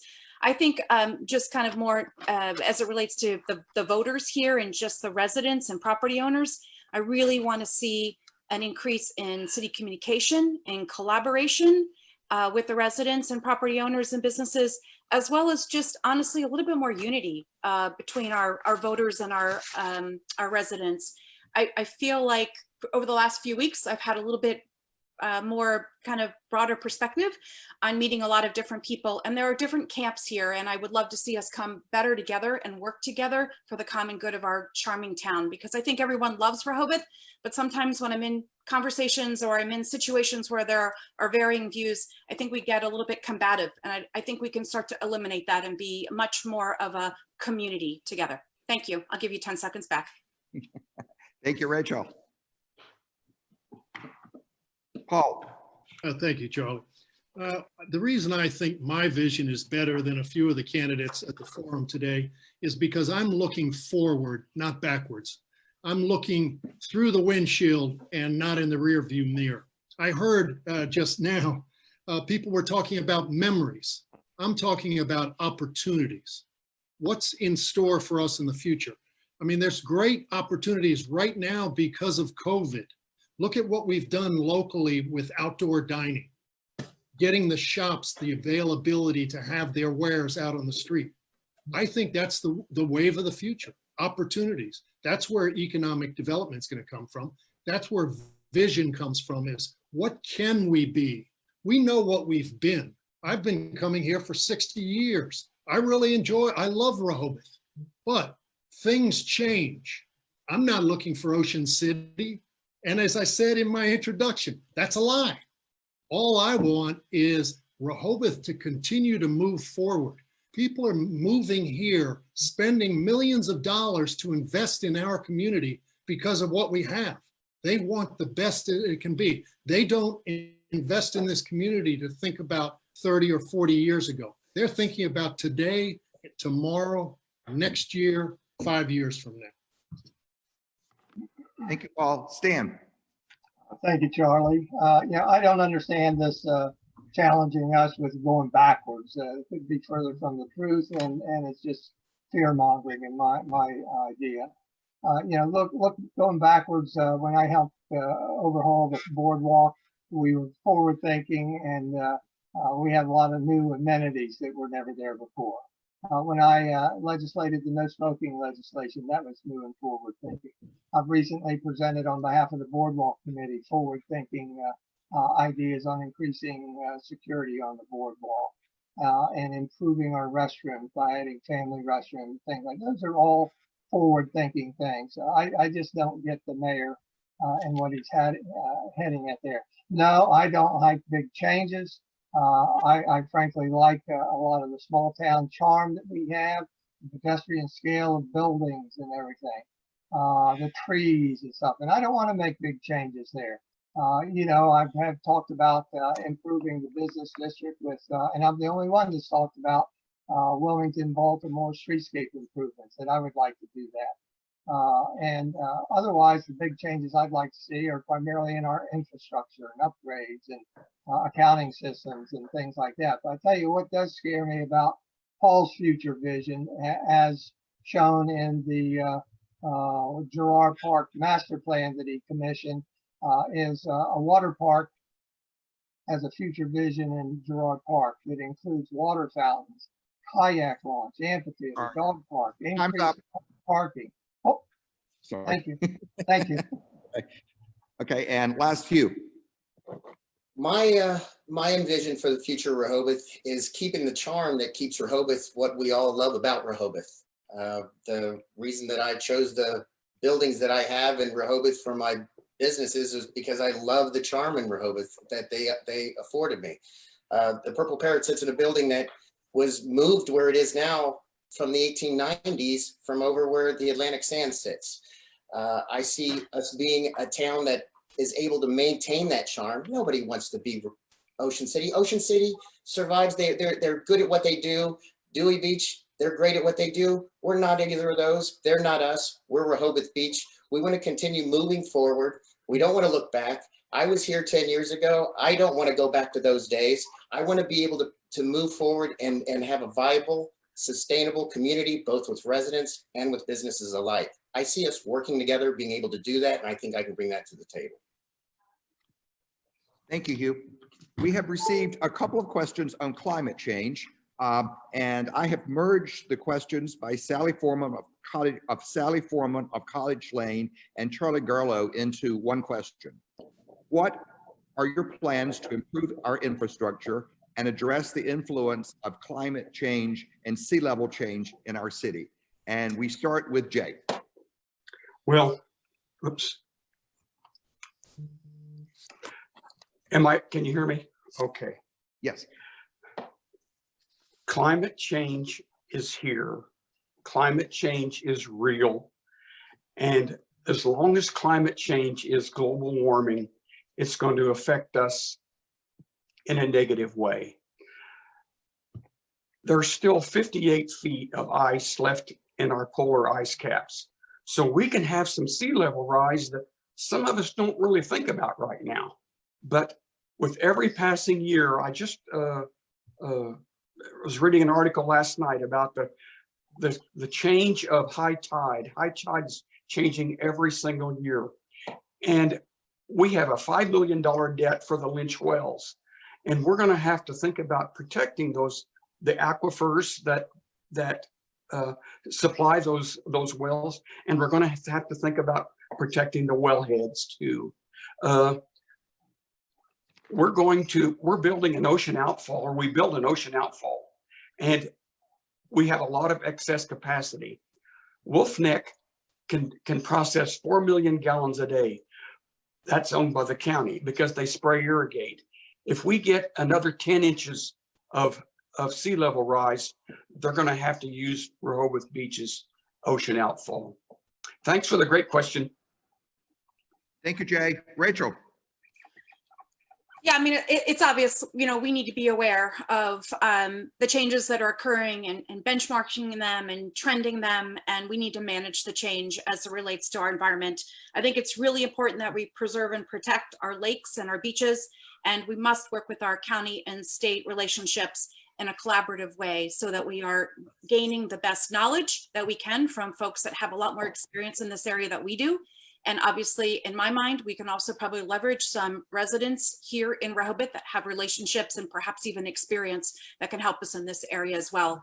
I would love to see actually a small group of people in a committee form that would actually help us in this area. But I think it's very important that we understand it and we manage through that with the changes. Thank you. Thank you, Rachel. Paul. Thank you, Charlie. I think sea level rise and climate change are things that are very disturbing, and it seems like it's going a lot faster than a lot of the models say.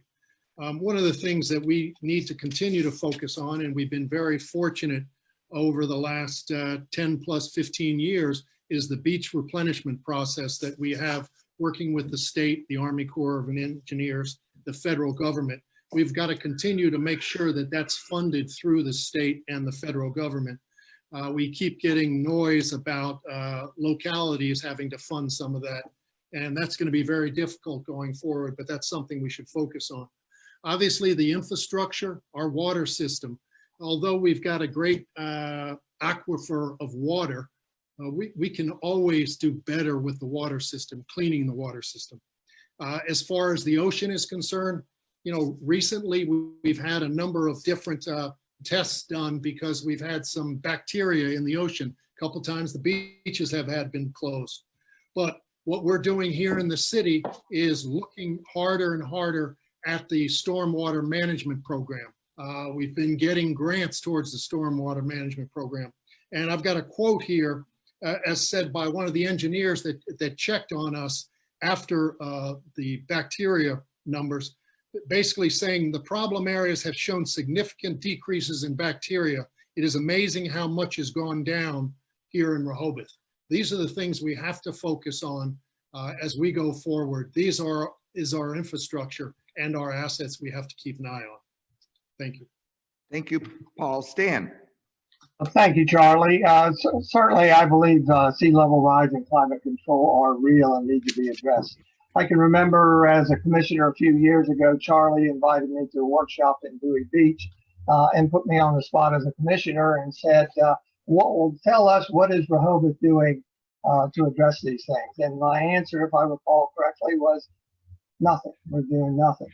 And then part of the reason I gave was that no one seemed to really take it seriously at that time. You know, Rehoboth is in a high spot. I am in one of the highest spots in Rehoboth. I think it's almost 25, 30 feet above sea level. Never have had a problem. You know, we're not like a Dewey Beach, so it's not really been on the radar. I think now's a good time for it with the Environment Committee looking at it. One of the things that hopefully they'll point out to us, if you haven't seen it, is the flood map that shows that the potential flooding areas at different scenarios, and that if you wait too late, you're not going to get out of Rehoboth. At least you're not going to be going south, or you're going to get stuck in Dewey Beach because of flooding and not to go out. So it's a very serious issue. I hope the Environment Committee moves this forward and sells the concepts and develops a set of actions that we can follow. Thank you. Thank you, Stan. Hugh? I think that we need to work with both the feds and the state on this. I think we need to get them involved with us. We can't do this alone in Rehoboth. The environment, obviously, it's a huge issue for all of us. I have property out on Rehoboth Bay, and I can tell you, just in the last few years, I've seen the effects of the environment on that property and the tidal rise that we get out there. I believe Paul enacted the first environmental committee that we have here in town. So I think we work with that. We work with the state, we work with the feds, and we tried, going green, educating people downtown on recycling and going green with the businesses. I think that's a step as well in the right direction that deals with our environment as well. Thank you, Hugh. Patrick? Yes, sea level change or sea level rise and climate change is a national and a state issue. But it comes also right here to Rehoboth Beach in our own front yard at the ocean. Right now we have a proposal before the Planning Commission and eventually City Commission possibly of the impact of the Bellhaven Hotel and their underground parking. Working with FEMA, they're trying to get a waiver so they can go with underground parking. If that happens, what happens when the storm does rise? Are we then responsible, the city, for repairing all of our infrastructure in that area, the streets, the boardwalk, all of that information? This needs to be looked at very, very specifically for Rehoboth Beach. Look, a week or so ago, we had 5.5 inches of rain in one day in about a 10-hour period. Look at that, how that taxed our stormwater system. We need to develop a stormwater management plan to include the runoff, address the runoff from construction sites, and also the use of pesticides on the lawns. Thank you. Thank you, Patrick. We only have time for 2 more questions. I apologize to those of you that submitted questions that we are unable to get to. However, I will email all of the questions that did not get answered to the candidates afterwards, and I'm sure they will be happy to get back with you with their answers to those questions. Our next to last question is from Elise Burns of Henlopen Avenue. Many of you talk about preserving the charm of our city. How would you define charm and how would you preserve it? And we start with Rachel. Sorry, could you just repeat the last part of that question you cut out? Yes. How would, I'll read the whole question. Okay. Many of you talk about the charm of our city. How would you define charm and how would you preserve it? Okay, thank you. So for me, preserving the charm, and how do I define it, is really, what we have been building here in Rehoboth over the last, many decades. As I mentioned earlier, I don't see Rehoboth ever becoming an ocean city. I think we are known for the canopy. I think we're known for the boardwalk. I think we're known for our clean beaches. I think we're known for our beautiful residential areas and the homes that people have built here and maintained and invested in, and the businesses in Rehoboth as it relates to the charm and the small business focus and the strolling opportunities that are unique shops, that offer us unique shops. So in my mind, that is really the charm of Rehoboth, and that's what I really hope to maintain. Now, does that mean that we don't bring in new businesses or we don't bring in new projects? Absolutely not. As it relates to the CDP and the work that we're doing there and has been underway for at least the last 10 years, there's an opportunity here for us to look at a new cultural site. There are a lot of people that are in favor of that. Most people are in favor of that. Are there issues around it? Absolutely. And are there opportunities here for more conversation and addressing aspects like traffic and safety? Absolutely. So I'm not saying that I am not in favor of new projects for our city, but I do want those projects to be in keeping and also maintaining and ensuring that charm of Rehoboth. Thank you. Thank you, Rachel. Paul. Thank you. As far as preserving the charm of Rehoboth, I would like to see that as well. I think our neighborhoods are very charming. That's why I live in South Rehoboth, because of the trees, because of the nice tree-lined streets, because of the nice buildings that are here around here. There are some of the buildings locally that are from 1920s, 1930s that are kept up very well. They look great. They're brand new buildings that bring, great architecture, and those are very charming as far as the charm of Rehoboth. Downtown, there are certain spots that could be cleaned up a bit, and I think those are being provided by some of the economic development. But, again, there's charm downtown because many of the buildings, as Hugh mentioned before, these are buildings from late last century or early last century. So there is charm in Rehoboth. Walking along the boardwalk at night, going to Funland. These are all things that I think everybody wants to preserve. Now, does preserving mean looking backwards and keeping the architecture the way it was done 20, 30, 40 years ago? Not necessarily. There is economic development that can help us keep the charm of Rehoboth, but also prosper going forward. Thank you, Paul. Stan. Thank you, Charlie. How I look at charm is why do people visit and return here again and again and again and then choose to move here? For me, the charm manifests itself in the pedestrian scale of our buildings in both the residential and the commercial areas and along the boardwalk. Also look at charm manifest in our widespread tree canopy. Remember, we are a tree city. We're very proud of that. And use that to promote ourselves. Walkability is part of the charm of this thing. The architecture, even though during the time of the Architectural Review Board Task Force, we tried to identify one single style of architecture in Rehoboth, we couldn't. It was very eclectic, but that lends itself to Rehoboth also charm. The small town feeling. Many people come back here and say they come back here because of the small town charm and the sameness year to year and the nostalgia. Cities won numerous awards, and that didn't just happen, but it was achieved through deliberate actions by past administration. Charm's been managed. It kept the scale small, building sizes small, restaurant sizes small, reduced heights, and these are all, I think, have contributed to the charm of Rehoboth Beach. I would preserve this and pass it on to future generations through implementing the CDP.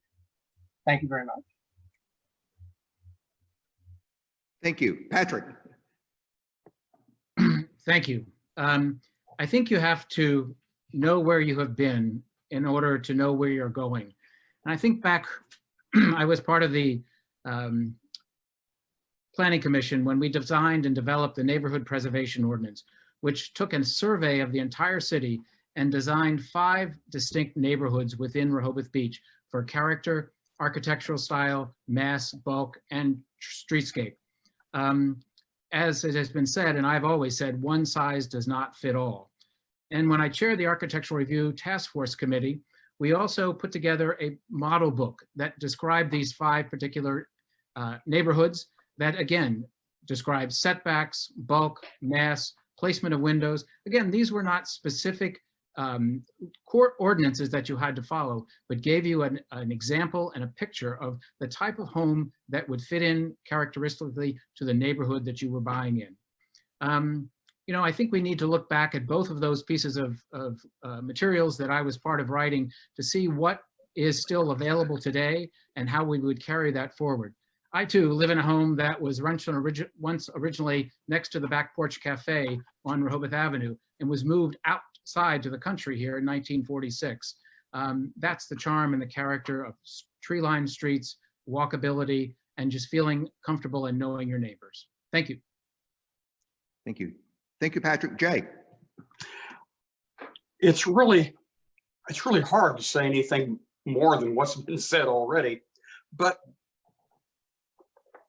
when I walk out my front door and look up and down the street and see the charm, charm is our streets that we have. Charm is our neighborhoods. I mean, it all goes together.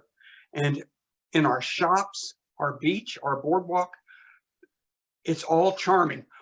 But mostly charm is because it's in my head. Charm is my memories of this town. And I think that maybe it's kind of a nostalgia, but it's something that we really have to preserve, because if we lose it, we lose our brand. And the CDP that we're developing is the instrument that's going to keep our charm going forward. And the code that we're going to rewrite is also instrumental in maintaining the charm of our city. Charm is not massive structures on the boardwalk. Charm is not skyscrapers on the boardwalk. Charm is in our memories. Thanks for the question. Thank you. Our final question is from Rich Barnett of Columbia Avenue.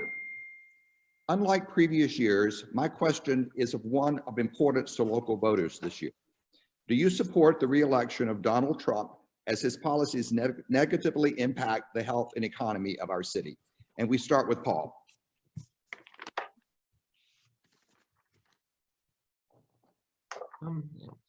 Sorry, I was on mute. I apologize. I do not support Donald Trump. I think his policies are terrible, not only for our community, but for our state in general, as well as our government, as well as the rest of the world. Thank you, Paul. Stan. Thank you, Charlie. I don't know if it's relevant to in town. As you know, we don't have parties in town. However, if everybody's willing to disclose, I can't stand Trump. I do not support him. Thank you, Simple Stan. as that. Hugh. Thank you, Charlie. Charlie, I'd just like to mention I didn't get a chance to answer the last question. Is it Oh, I'm sorry. By the time you get to the end, I get done. So if you would like to do that, you're welcome to do so. And then I'd just like to say that my vision for keeping the charm of Rehoboth is not penalizing people for having a home with a cottage in the back that has been here forever. And if we want to keep the charm of Rehoboth and keep those homes that have those cottages, don't tell them with these new regulations that we have to, in order for them to do a remodel, they have to tear down these cottages. I spoke with several people yesterday that live on Philadelphia's, and they had the same, one in particular had the same experience that others did, where we're giving them incentives to tear down these cottages for it. Now, whether they have to or not, you don't want to take away that part of the charm. As I told you before, the reason that I love the buildings that I'm in is because of the old charm that keeps Rehoboth. That's just my 2 cents on the charm part and how I would try to keep that part going forward. As far as voting for Trump, I think that my record with my business and where I stand on that side is no. I would not support Donald Trump. thank you, Hugh. Patrick. I didn't vote for him for the first time, and I'm certainly not going to vote for him for the second time. I have a Biden sign in my front yard. I've been riding with Biden since the beginning. Thank you. Thank you, Patrick. Jay, I think this question demeans our forum. I don't think we should be getting into these areas, and I'm not going to answer that question. I will say that the FCC, as it operates right now, is a disaster, and I hope something changes so we can get our wireless code figured out and going in a straight path. I'll give all my time back.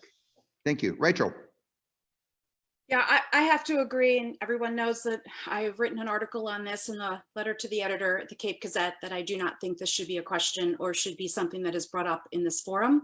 However, I will also say that I do not support Trump. Thank you. thank you very much. I'd like to thank all our candidates. Now we are moving forward to the closing statements. The first closing statement will be by Stan Mills, since we're still operating in rotating alphabetical order. And once again, I apologize to Hugh. By this time of the program, it's very easy to lose track of who is next. You get 2 minutes. Thank you, Charlie. I've served as your commissioner for 4 3-year terms. I've been a leader in open government. As mayor in my administration, meetings will be conducted in view of the public and with full citizen participation. I want to restore your trust in our government. The coronavirus has left us in a difficult situation for both a health and safety standpoint and for our economy. We cannot have a government that does not plan and make snap decisions only to undo them a week later. It's not fair to you. It's not fair to our businesses. As mayor, I will deal in facts. I will seek effective collaborative solutions for all our stakeholders. I will live up to my oath of office and be mindful that the power of the office comes from you, the people. I will move swiftly to implement my 5-point plan. Number 1, enhance quality of life in part by revising the code to provide flexibility to homeowners renovating and preserving neighborhoods. Number 2, revitalize our small business community. I'd rather see a public-private partnership to enhance Baltimore and Wilmington Avenue streetscapes rather than one to benefit one hotel, as has been mentioned. Number 3, provide visitors with a positive, memorable experience. Remember, the beach and boardwalk are our number 1 assets. We must always maintain them.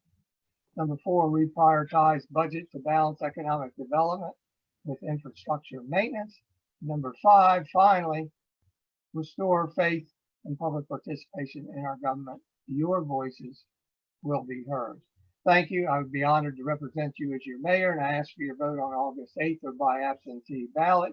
Thank you again to RBHA and to Camp Rehoboth for conducting this annual forum. Thank you. Thank you, Stan. Hugh. Well, you've heard the questions and the answers, know how I feel about our hometown, and I'm asking you for your vote in the upcoming election. I know I am not a seasoned politician and that I will have a lot to learn about city operations and issues, but I promise you this, I will do the work. I know what issues have been before the commissioners, understand the current policies, and be ready to provide fresh ideas and common sense input to whatever comes before the Board of Commissioners.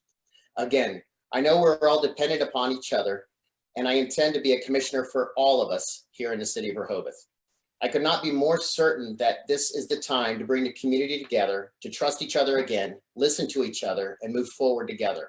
I believe I can help us do that. And I'm asking for your confidence in me, my life experiences for 30 years in this town, and my open-minded approach.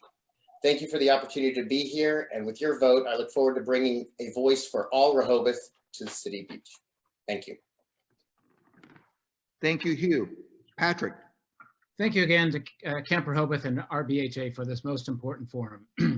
You've heard me describe my experience in business and city government, and I hope the answers to your questions have given you an idea of my vision and commitment to the city. It is important to remember this is not a popularity contest. You're not voting for a prom king or queen. This is a serious full-time job. I have the experience both as an elected official and from my career in business. And I know there's a 180-degree difference. In business, you are the boss or you report to a boss. As an elected official, everyone is your boss and they let you know it.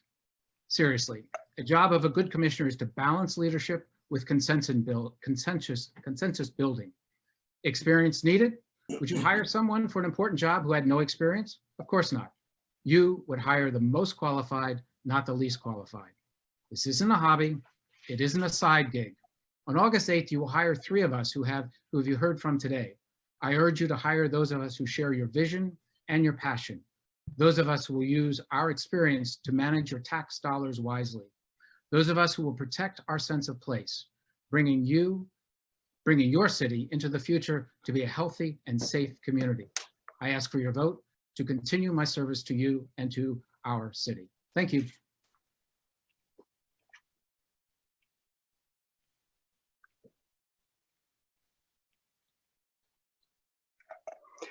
Thank you. Jay. You've heard my qualifications already, so I won't go into that. But I can tell you, I want to repeat, our most serious challenges involve money. We have the highest debt in history. Mortgage payments take up half our property tax. COVID-19 has dealt us a bad summer. Our aging infrastructure demands attention. We paid property tax. We raised property tax 50% last year. We raised water rates 100% last year. We raised sewer rates more than that. If you don't believe that, check your utility bills. We balance our books with tourist revenue. And now our mayor is talking about finding additional sources of revenue. Well, I gotta tell you, we can't spend our way out of this problem. We need to put the brakes on spending, especially discretionary spending. I know how to do that. We're going to have to tighten our belts at City Hall for a couple of years. I'm a former commissioner, and I can tell you, Rehoboth Beach citizens are pretty smart. The mayor and commissioner have to listen to the citizens. They have good ideas if we would just listen. You talk to the mayor and the commissioners, and it seems like they don't listen. I promise you, if you write me, if you call me, I will answer your concerns. I might say I don't know, but I will answer them. I am Jay Legree, and I will answer. Thanks for the opportunity. Thank you, Jay. Rachel. Thank you again for having this forum today. It's been really well, I think, received, I'm sure, by everyone, and I know I've enjoyed it as well. I'd like to end by saying over the past few weeks, as I have read various articles and participated in other forums, it feels like we are a bit stuck in the past. Issues that we discussed 15 years ago, we still seem to be talking about today. So I just like to leave you with a question that says, if the candidates that served in the past for the past 15 years didn't tackle these big issues, why do we think that they will tackle them now? As commissioner, you have my commitment to leverage the work and experience I gained on the Planning Commission and the Park, Shade and Tree Commission, practice the simple principle of ask, listen, act, and solve problems and get results. So while some candidates tout their experience and ability to hit the ground running, my experience serving Rehoboth currently and past experience working with other city governments and communities, and this experience focused on improving customer service offer Rehoboth even more. A broader perspective, bigger network of resources, and ability to bring people together instead of working against each other. Unfortunately, the COVID pandemic has presented our small city with an opportunity to step back and see what's working for residents and property owners. Yesterday, my kids surprised me with a letter to the editor in the Cape Gazette. I was touched by their public recognition of the values I stand for, the love I have for our city, and the work ethic they observe. Their article made me proud of my accomplishments as a parent and a role model, and reinforced that I have made a difference in their lives over the past 22 years. The impact I've made on my family and the positive example they describe is what I also will bring as a commissioner to Rehoboth. I offer proven business experience, success, positive energy, a team building attitude, and commitment to all stakeholders of our wonderful coastal town. Once in a while, bringing new and different experience to bear is better than old and failed experience. That time is now. Thank you. Thank you, Rachel. Paul Coons. In my closing statement, I would like to list a few of the accomplishments of my administration with the support of city commissioners and city staff. The Ocean Outfall project was completed on time, under budget by $1.5 million. The implementation of city's initial 5-year capital improvement plan. The water main replacement project on Henlopen Avenue was completed. Storm sewer improvements, second in Baltimore, completed. We advertised for and hired a public works director with an engineering background, the hiring of which my opponent voted against. We installed various pedestrian and traffic calming devices throughout the city. The recycle center was opened on Oyster House Road. We installed big belly solar powered trash recycle containers throughout the city. We continued the much needed upgrades at the wastewater plant. We did the completion of the stormwater improvement plan on Delaware Avenue. We created annual replacement and repair plan for the boardwalk. We repaired and rehabilitated all 3 boardwalk public restrooms on time, under budget. We implemented the removal of large trash trucks from service on the boardwalk in favor of a small gator and an electric vehicle. Placement of Moby mats at many beach crossovers in the city financed by our local representatives and the city, and we are in the process right now of putting in 10 more. Live streaming of all city commission and committee meetings, we're done now. We re-energized the underfunded citywide paving plan. We increased revenue streams to the city to fund the much needed capital improvement plan. We continue to enhance relationships with our local representatives from both the state and the county, as well as participation in the partnership with other coastal communities, being ACT. The additional accomplishments of my administration, please take the time to check out coonsformayor.com. Thank you very much to Camp Rehoboth and Rehoboth Beach homeowners. Thank you. I would like to thank all of the candidates this morning who have appeared. Normally at this time in the program, we would ask you all to give them a round of applause. I know you're sitting at home, but please do so now. I also want to thank David Mariner for his excellent job in implementing the online streaming of this forum. He did an excellent, fabulous job in keeping faces up where they were supposed to be up. I know how hard that is, especially for those of us who have never done this before, as well as having been through this before, how complicated it gets toward the end in keeping up with who speaks next. I would also like to thank Delmarva Power for keeping the electricity on during this forum. Thank you to our audience on behalf of Camp and the Rehoboth Beach Homeowners Association for joining us today. Have a great weekend and please vote. Goodbye. Bye-bye. Thank you, Charlie.